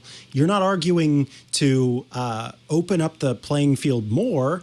You're saying that you don't like that Apple and Google and Amazon have these voice assistants and that customers might want to use them. And as I was saying to Matthew, Sonos could make its own voice assistant if it wants to and then put that out there. And if I use it and it doesn't work great, then I'm going to keep using Siri or Alexa or the Google Assistant. Like there's to argue against these technologies that are already there just because they got there first. That's what it feels like. That's why I don't like the argument that's being made. It feels like they're saying, we didn't get a chance to do this, and so we don't like it that you've done it. And that's something that we're arguing against. Even though the whole time these companies are doing their best to open up this technology even more and let more people be a part of the program. So, that's where the salt comes in. And so I'm shaking it over my head over and over again, and we'll continue to until we see a change here. Yeah. Just to be clear, I love this speaker. It's a great speaker. It supports AirPlay 2. I have this. Most of the time it's sitting on a Qi charger, so there's wireless charging. If you get the Sonos one, it's magnetic, but it's also therefore more expensive. It's not MagSafe. It magnetizes specifically to the bottom of this. But most of the time it's just sitting on that in my hallway, but it means that I can just grab it and take it to the bathroom, when I have my shower in the mornings, things like that. And it's a great speaker for exactly what I wanted it for. And I would recommend them, but don't get it if you're expecting Siri support because it feels like we're not going to see it right now, which is a real shame. Agreed. Absolutely a shame. All right. I think that brings us to Shortcuts Corner. Folks, this is the part of the show where Shortcuts expert Rosemary Orchard takes your requests for shortcuts and creates them. Rosemary, I'll go ahead and read this Shortcuts Corner request, and then you can tell us all about it. So Joseph writes in to Rosemary, your tutorial worked. So this is a bit of a follow-up with one exception. I made to also turn on some lights and a fan. The exception is that at a certain time of the day, I have automatic shortcuts that run. One ran in the middle of my workout, which pops down a notification window. Wah, wah. There's probably a way to program that to not happen, but I'm thankful for what you gave me. So an automatic shortcut is interrupting the process that they had set up, and Joseph is needing help with that. So do you want to tell us first about what was the original request and then kind of what your thoughts are here? Yeah, so Joseph's original request, which we answered last week, was when he opens exercise apps, can he have Do Not Disturb just automatically or something stop notifications coming in? So I suggested that when you open an app, I'm just going to pop up my iPhone here, you can create an automation for apps. And there we go. There's apps. So you can do it either for when an app is opened or for when an app is closed. You're going to want two automations for that, though. One each for opening and closing. You pick your app. So, for example, 1Password. And then within the actions, you can have Do Not Disturb, which is coming up as focus mode for me because I'm on iOS 15. So we'll just skip that. So basically, Joseph's asking if there's a way that he can stop automatic shortcuts from showing a notification. So every time there's a notification from an automation here, or every time there's an automation on iOS and it runs automatically, it will pop up a notification. I'm just going to see. There we go. There's one right there. When Rosemary's iPhone 12 Pro Max connected. So that was actually last Saturday. Wow, that some of these notifications are ancient. I think iOS 15 is having. I have that problem too with day. iOS 15. Yeah. Yeah. So basically, it'll pop up these notifications, and for whatever reason, Apple has decided, in their infinite wisdom, there's some air quotes involved there, that both these notifications should show, even if notifications are always hidden in Do Not Disturb, and you can't turn this off. And you can't turn off notifications for shortcuts. Now, there is /was/might be a way to work around that using downtime and blocking notifications through that. But I'm not going to recommend it for the very simple reason that it doesn't always work. And secondly, every time you reboot your phone, if it was working before, you have to go ahead and do the whole process again. So unfortunately, Joseph, there is no way to fix that, which is a real shame. I really wish I could help there. We didn't have any other requests for Shortcuts Corner this week. So, Mikah, I wanted to take an app cap that you gave us a while ago, and I wanted to show people how I'm using it. Because a while ago, you told us about Signals for HomeKit, which is where you can make lights flash whenever something, happens. And then you can attach this to automations. Well, I've had a little problem recently hitting the snooze button. Snooze buttons are great. Hitting the snooze button 3 or 4 times in a row, not so great, especially when it means that you just have to wake up, pull on whatever, and roll out of bed and go to work. So I have boosted my snooze button. And I've boosted my snooze button, wrong one, with Signals for HomeKit. So I've got an automation here when any alarm is snoozed, okay? So you can attach this specifically to your wake-up alarm. But I have it set to any because I only use alarms when I sleep, but I have various different alarms. I don't adjust my sleep pattern every single day. Like I have to get up early tomorrow because I've got a haircut in the morning and things like that. And I don't want to adjust the sleep stuff every single time. So I say when any alarm is snoozed, then I want it to run my get up signal. Okay, and I've got a couple of different signals here. So I'm just going to leave that as get up.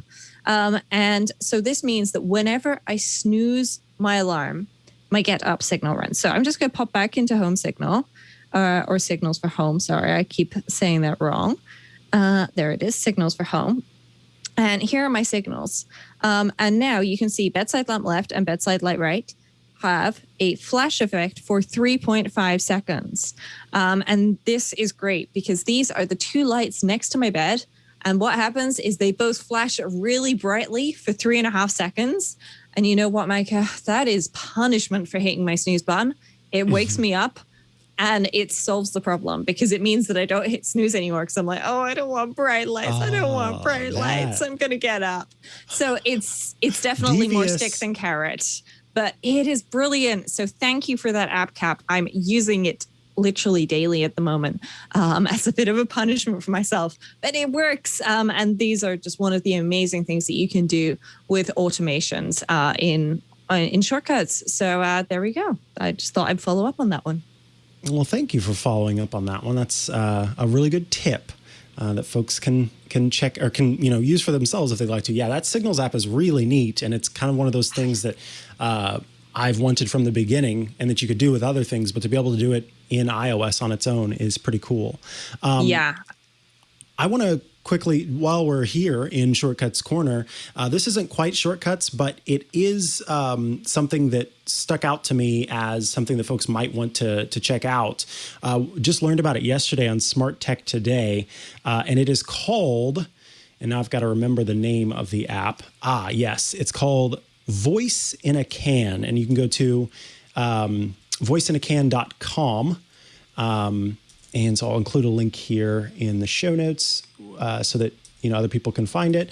But this is a pretty neat thing where if you mainly use Alexa as your kind of voice assistant for your home, but you wish you could control Alexa on within your Apple ecosystem, then you should check out Voice in a Can, because what it lets you do is install an app on your Apple Watch that lets you talk to Alexa.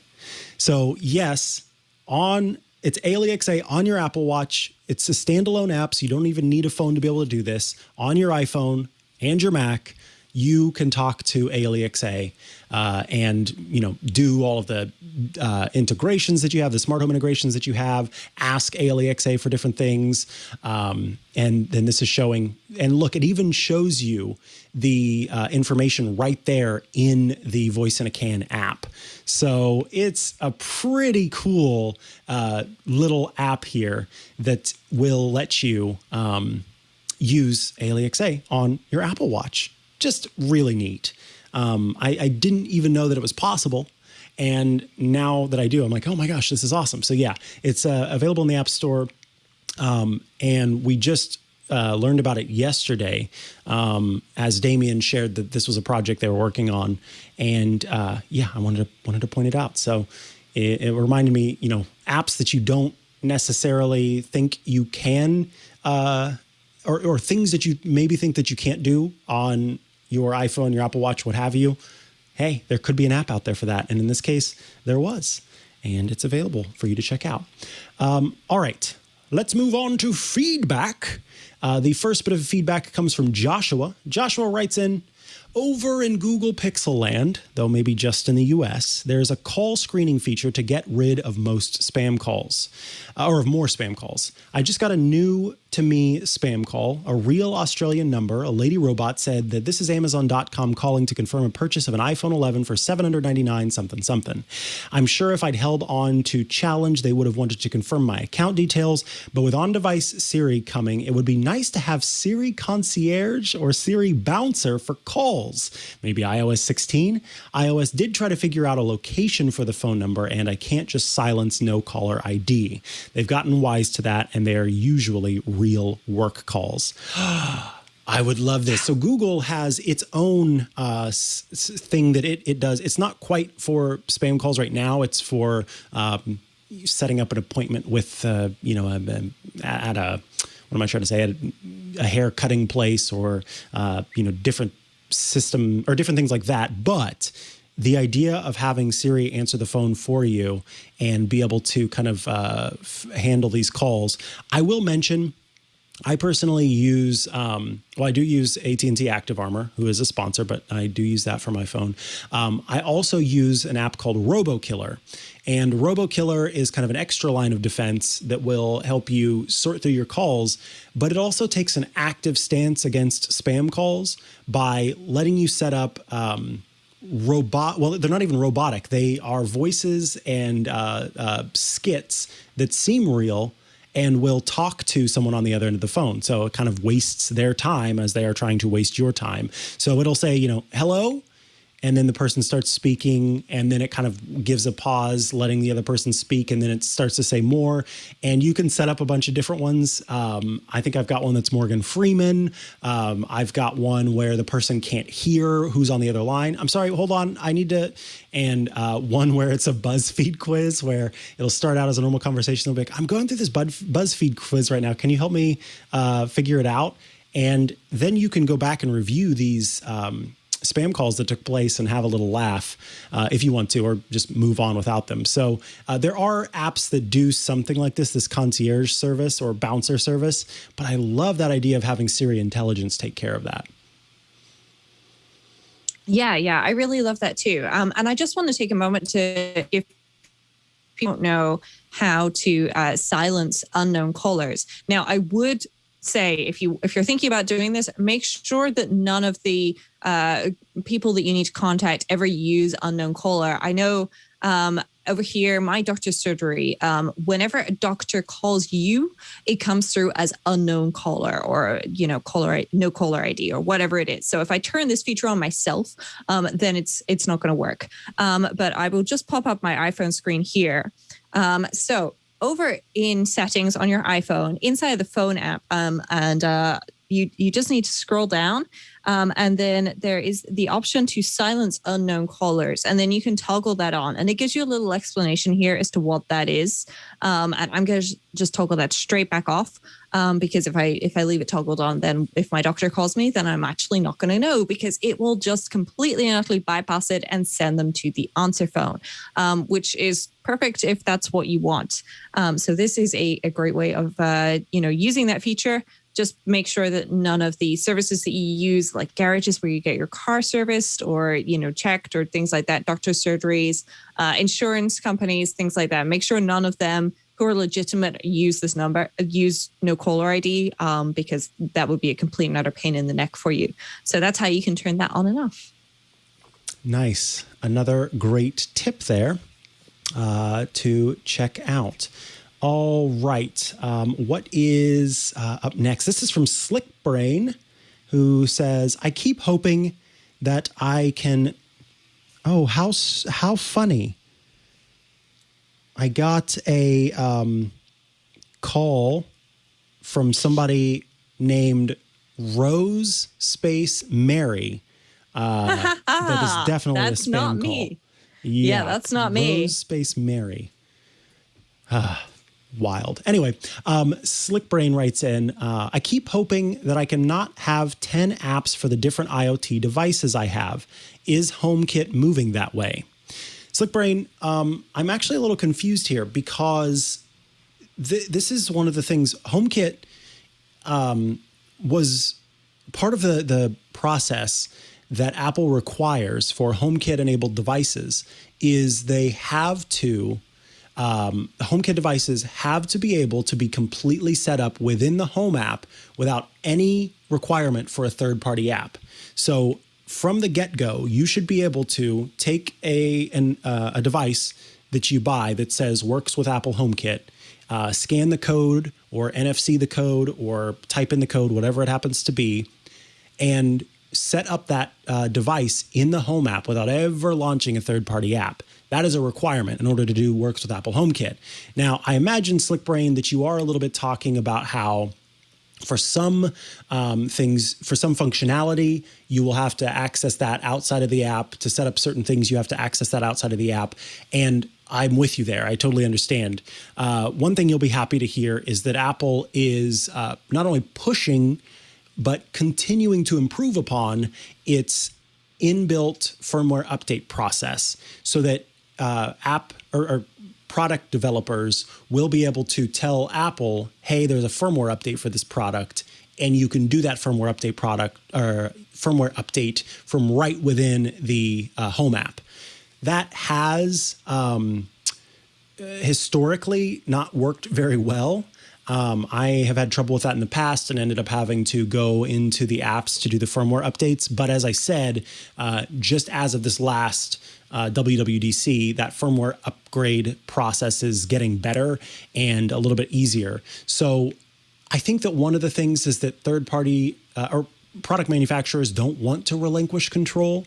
By you using their apps and, signing up with an account, then they can have more information about you.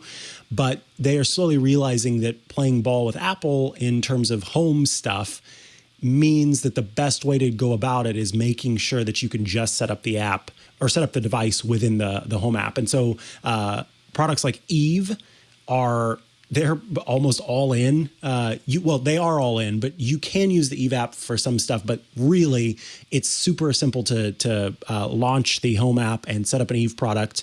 Belkin released it's called the Waymo Stage Controller, and they actually just say, like, it is written in the instruction manual and it's on their site.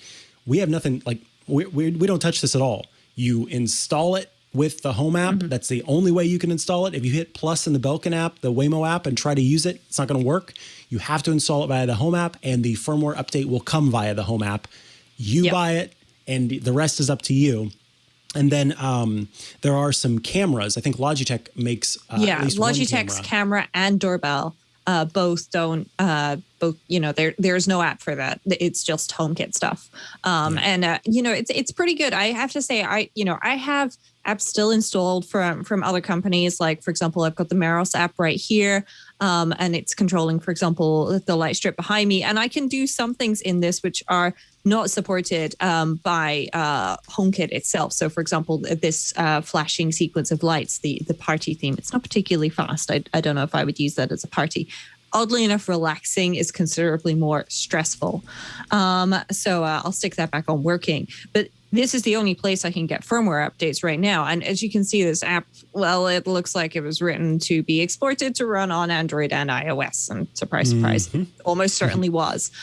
Because, it's a pretty cheap brand. But you know what? These lights behind me, I talked about them on Smart Tech today. They're really cheap.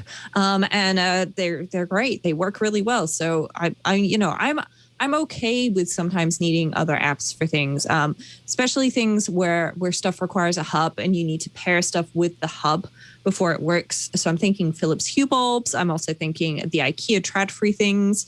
So they have blinds, they have speakers, they have lights. Oh my gosh, they've even got air purifiers now, but those aren't smart. But you could attach it to an IKEA smart outlet. And I use the smart outlets everywhere because they're incredibly cheap compared to everything else. And they use Zigbee rather than Wi-Fi, which is better than having hundreds of devices on my Wi-Fi network. But, things are definitely, HomeKit wise, and I'm thinking also Matter wise, are moving away from you needing another app to do things. But there's definitely still functionality that HomeKit doesn't support. Like, for example, changing through a sequence of colors. That's not something HomeKit supports at the moment, which is a shame. I can see why, because they try and keep it simple. And we've seen for years, there's the great Home Plus app, also the Eve app that Mikah mentioned, that allow you to do things with your HomeKit devices that you otherwise just straight up couldn't do. But it's actually HomeKit under the hood. All it's doing is exposing things that you can't see in the Home app. And it's kind of baffling to me that Apple don't show that. But, maybe there's a grand master plan in progress, or maybe they're just going to leave it to third-party developers to take up that space and offer the more complex things because they can't see good ways to do that themselves at the moment. Yeah. All right. That is going to bring us to the end of the feedback section. We will, of course, have more feedback to answer next week. And that means it's time for our app caps. App caps. I'm bringing back an old cap, one that I made as I am out of new caps to wear. I need to order some more new ones. I know. This is a cap I crocheted. This was before I learned to knit. I learned to crochet, and this was one of my first big projects that I took on. And yeah, this is my crocheted cap. And Rosemary, you are wearing a fantastic cap on your side. Can you tell? I forgot to say, this is the part of the show called App Caps, where we wear caps of some sort atop our heads to honor our app picks of the week, or I should just say our picks of the week, because sometimes we do products. These are the apps or products that we're using that we really enjoy and want to share with you, or maybe it's something that we just came across that we think is interesting and exciting. In any case, Rosemary, tell us about the cap atop your head and your pick of the week. Well, the cap on top of my head is my pink sombrero with the lovely little white pom-poms around the edge. No, this is not traditional. And I've turned the brim down. I am going to turn it up so that people can see my face because otherwise this might get a bit confusing for people. And today I talked about some music apps, and Mikah, you talked about voice apps. And I thought, let's round my part of the show out with another music app pick. And that is by Roadie again. So I mentioned before, Roadie make apps for, they make these tuners that you can clip on devices. And if you have a tuner that you can clip on a device, then you can pair that with Bluetooth to this app. It's called the Roadie Tuner, and it's a guitar tuner. But you can see this isn't a guitar that I've got selected here. This is a ukulele. And indeed, in the settings here, you can actually go ahead and see a whole bunch of things. You can do beep sound. You can turn on and off auto string select. I'm actually going to turn that off. And if you select the instrument, then you can see there's guitar, standard ukulele, low G ukulele, baritone ukulele, mandolin, and a banjo. So if you've got a banjo and you need some help tuning it, then this app can do that for you. I do not have a banjo. I have brought back my ukulele for this. Woohoo. And I'm going to try and tune it because as we saw earlier, it was out of tune.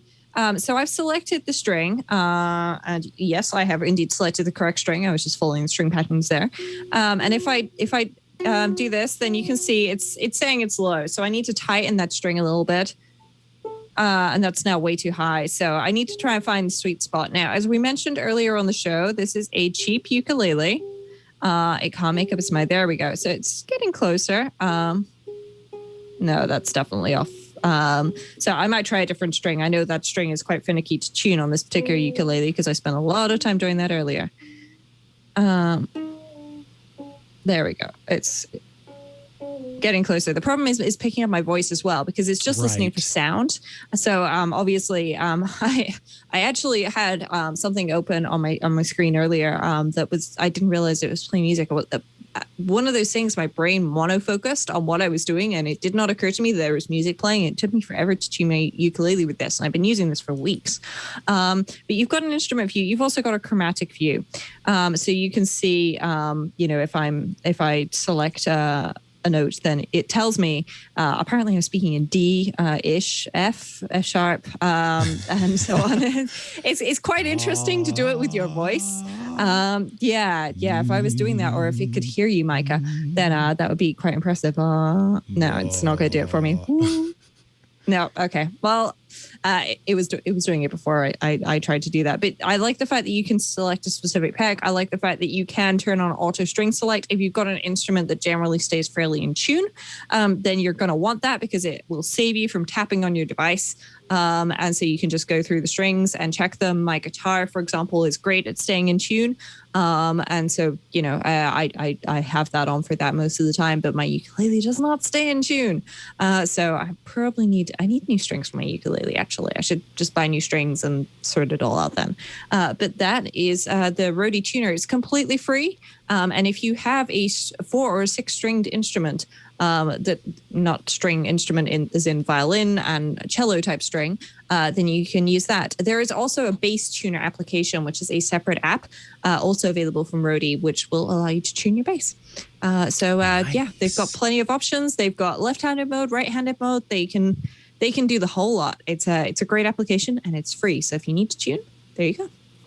Sweet. All right. My app pick of the week is one that will that this may shock you because yet again, Mikah is talking about video games.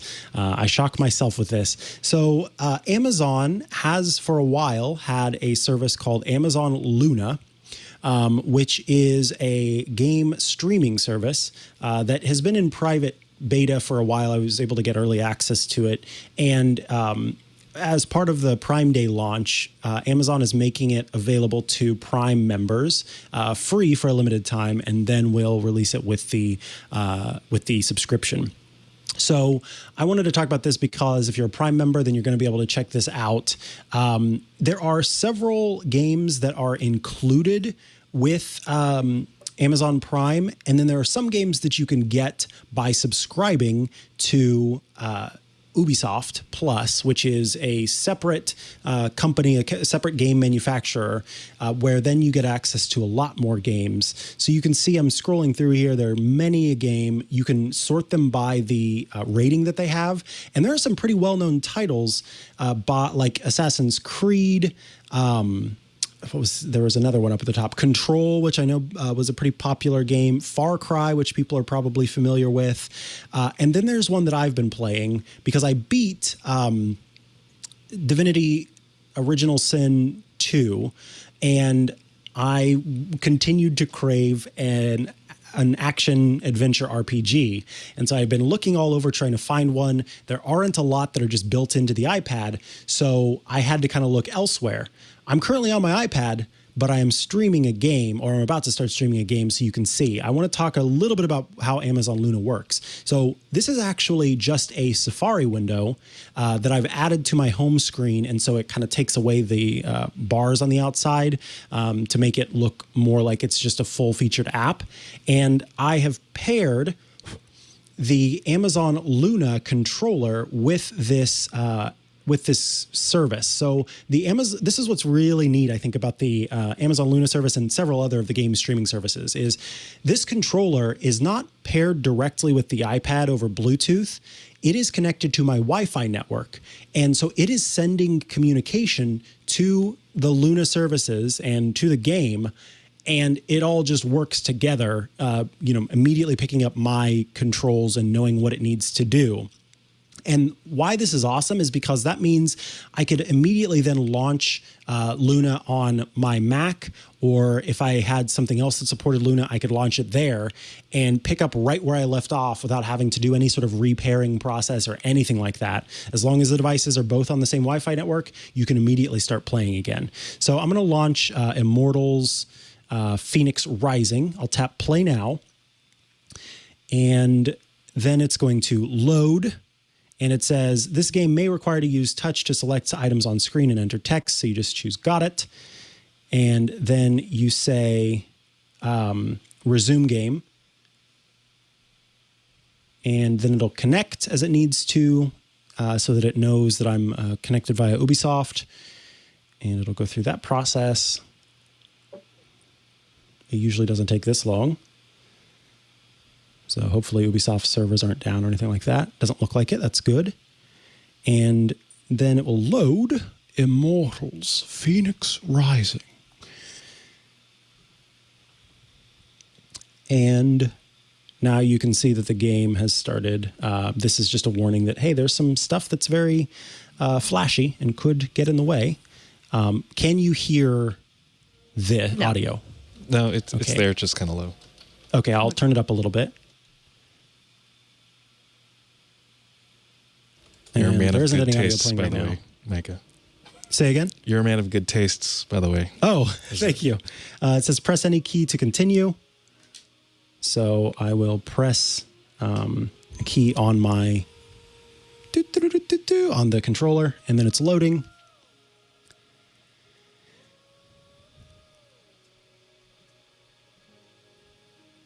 It's very quiet. I wonder if it's because I have... All right, and then it's checking if there are any updates to the game. So, of course, you've got your normal kind of updates, but the way that this streaming works is that all of the processing is happening on the server, and it's essentially just streaming video to your device. So it's like watching a video, but you're controlling it. So you can make a pretty nice game that lets you, access even more than you might be able to otherwise. So it says by connecting Ubisoft Connect, then you can do some other stuff and get some other rewards. I'm going to choose maybe later, and I'm going to choose load, and we'll load the game at 1 hour, 6 minutes, and 15 seconds.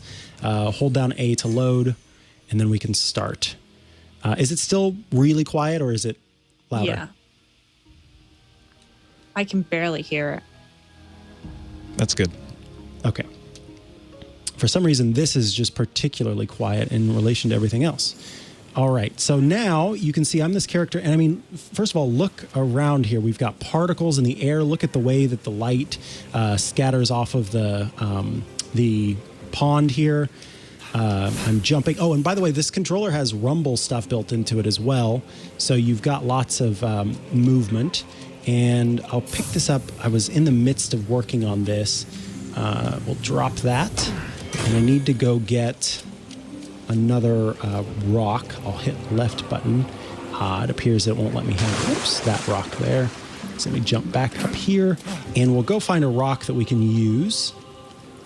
There was originally a rock here, and then I accidentally threw it into the lake. Is that the rock that you were just looking at in the lake? Yeah, I think that was the one. Unfortunately, you can't get the one out of the lake. So I'll take this, and we will walk back this way. I find it amazing that you can kind of use magic to carry things, but you can't use magic to get stuff out the lake. Yeah, I'm going to call that one a little bit of an oversight on the programmer's part because I definitely think that I should have been able to get that out of the lake.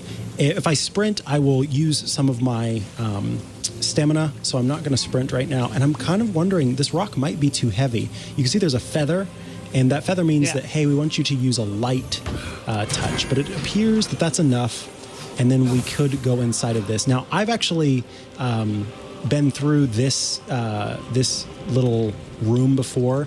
Basically, you jump down into that little portal, and it takes you into a little puzzle game, kind of. You walk around, and try to use that puzzle. I wonder what happens if I hit this. I did not do that before. And then I can look around and see if anything changed out here. It gave me another stone that I could use. And I can hit Y to bring that over. And then if I wanted to, I could drop that over there instead of this. I'm just going to use the right trigger to throw that. Okay, so it wants me to go to the Temple of Apollo. So I'm going to head this way. And again, this is a resource management game a little bit. You can see that my stamina goes down. I want to hit B to dive. And, what is that? Is that a crate? Yes, it is. So I'll grab that, and then I want to use swim up to get back to the surface before I run out of stamina. Uh-oh. Okay, I almost drowned. You really have to watch that stamina bar, which you can start to build up over time. And as we're going through this game, what's happening is I am gaining some of the different powers of the gods, rather. The whole premise of this game is that you are a mortal, not immortal. You are a mortal, and you are trying to help the gods. That phoenix is trying to fight me, and I need to use. He came to the ground, or it came to the ground. Where did it go? And I can dodge and get out of the way. So I'm going to use my arrows. Right button. Oh shoot, I used an arrow of Apollo. So those arrows are ones that you can actually control as you fly around. And here, let's try that again, except this time I won't use the expensive arrows. I will just use right trigger to shoot. Oh man, this one is getting me. Watch out for that. And let's try to attack. There we go. With my wings, I can kind of fly through the air, and we'll try to just beat this enemy real quick here. There we go. And now we've defeated that one, and we gained some little crystals that we can use. Your health slowly regenerates, which is nice. I'm not a very good gamer, so these kinds of games are actually not typically mine. I like the turn-based games if I'm going to play versus this. And I'm going to crouch down and try to sneak up on this enemy if I can. We'll get into the grass here and hide, because a sneak attack can be a really good thing if we're able. And actually, I know what we'll do. Oh darn, they saw me.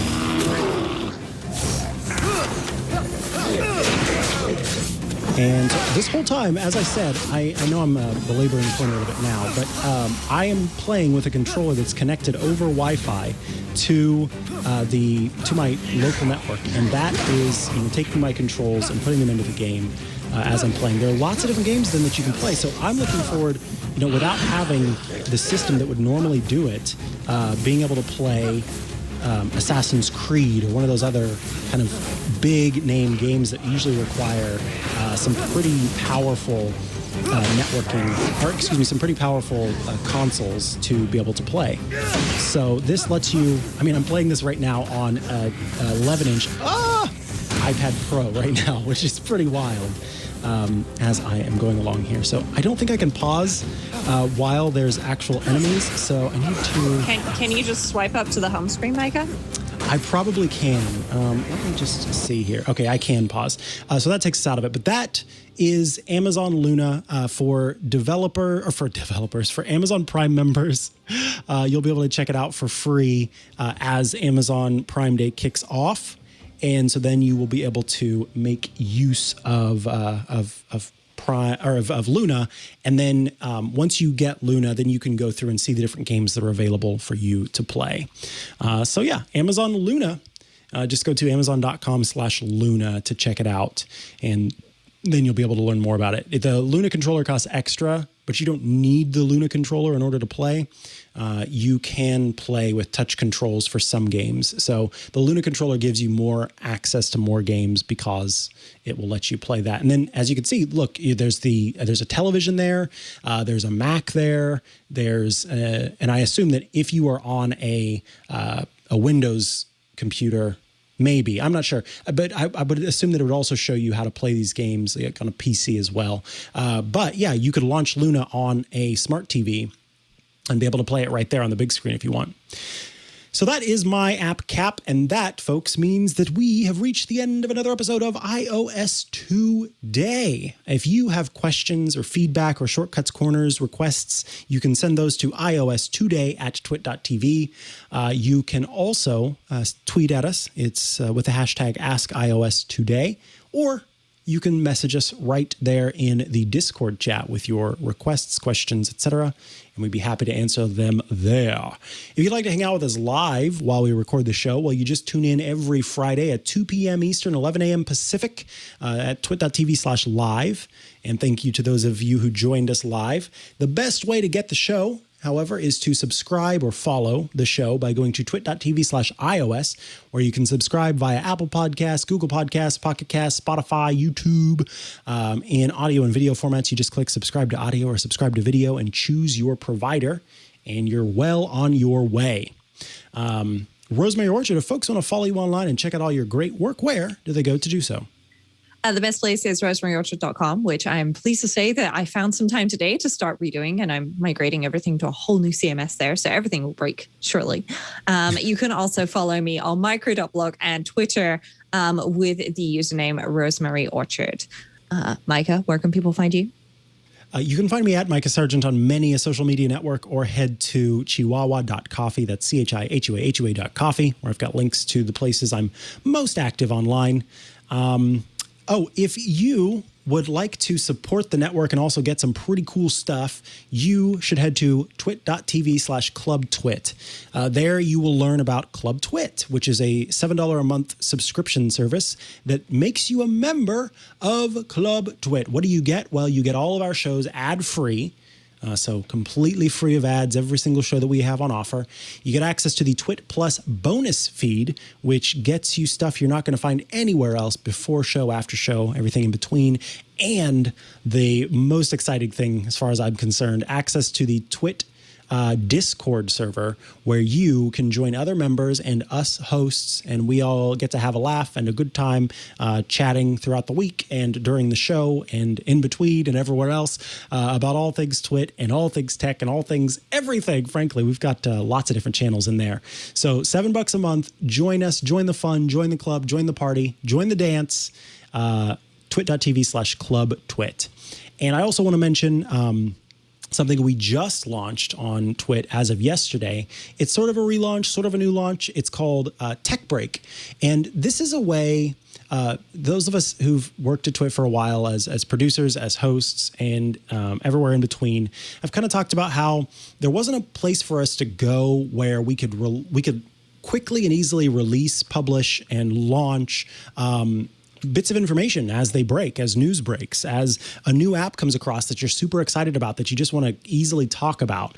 And, there might be a time where I get a new product in the mail and it's long before I'm going to be able to talk about it on the show, but I just want to do a quick unboxing and a quick little chat about it. Or, a new update for an iOS beta launches and some cool new feature is there, and you just want to quickly be able to talk about it. Where do we do that? Well, there wasn't a place until now, and it's called Tech Break. You can go to twit.tv/break to subscribe to this. If you are a Twit Bits subscriber, then you are already part of the fun. Twit Bits will still be published there, but along with that, you're going to start to see some new content that is getting released there, where we've got just some fun little bits of information. I believe Jason recently published something. Yeah, so there's this. What is this? It's some sort Looks of like a it's synthesizer. A synth. Yeah, so Jason showing off the synth, and you can see it's just a quick video talking about it, unboxing it, peeling it, and playing around with it. So it's not super in-depth or anything like that. That's the whole point. These are just quick little bits of information that you might want now. So definitely give that a go, especially if you find yourself low on time and you just want to see some new cool stuff or hear about the latest news.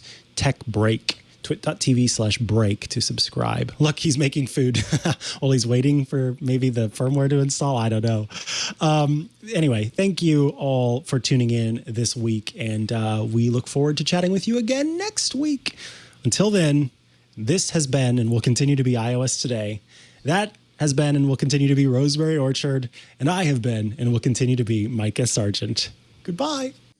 Hey, if you like tech news, but you also like hearing about it from the people who are actually writing the stories, well, I've got a show for you. It's called Tech News Weekly, and it's me, Jason Howell, along with my co-host, Mikah Sargent. Every week, we invite the people making and breaking the biggest tech news stories from around the web onto this show to talk to us about it. It's a lot of fun. You should check it out. Tech News Weekly can be found at twit.tv/TNW every Thursday. We'll see you there.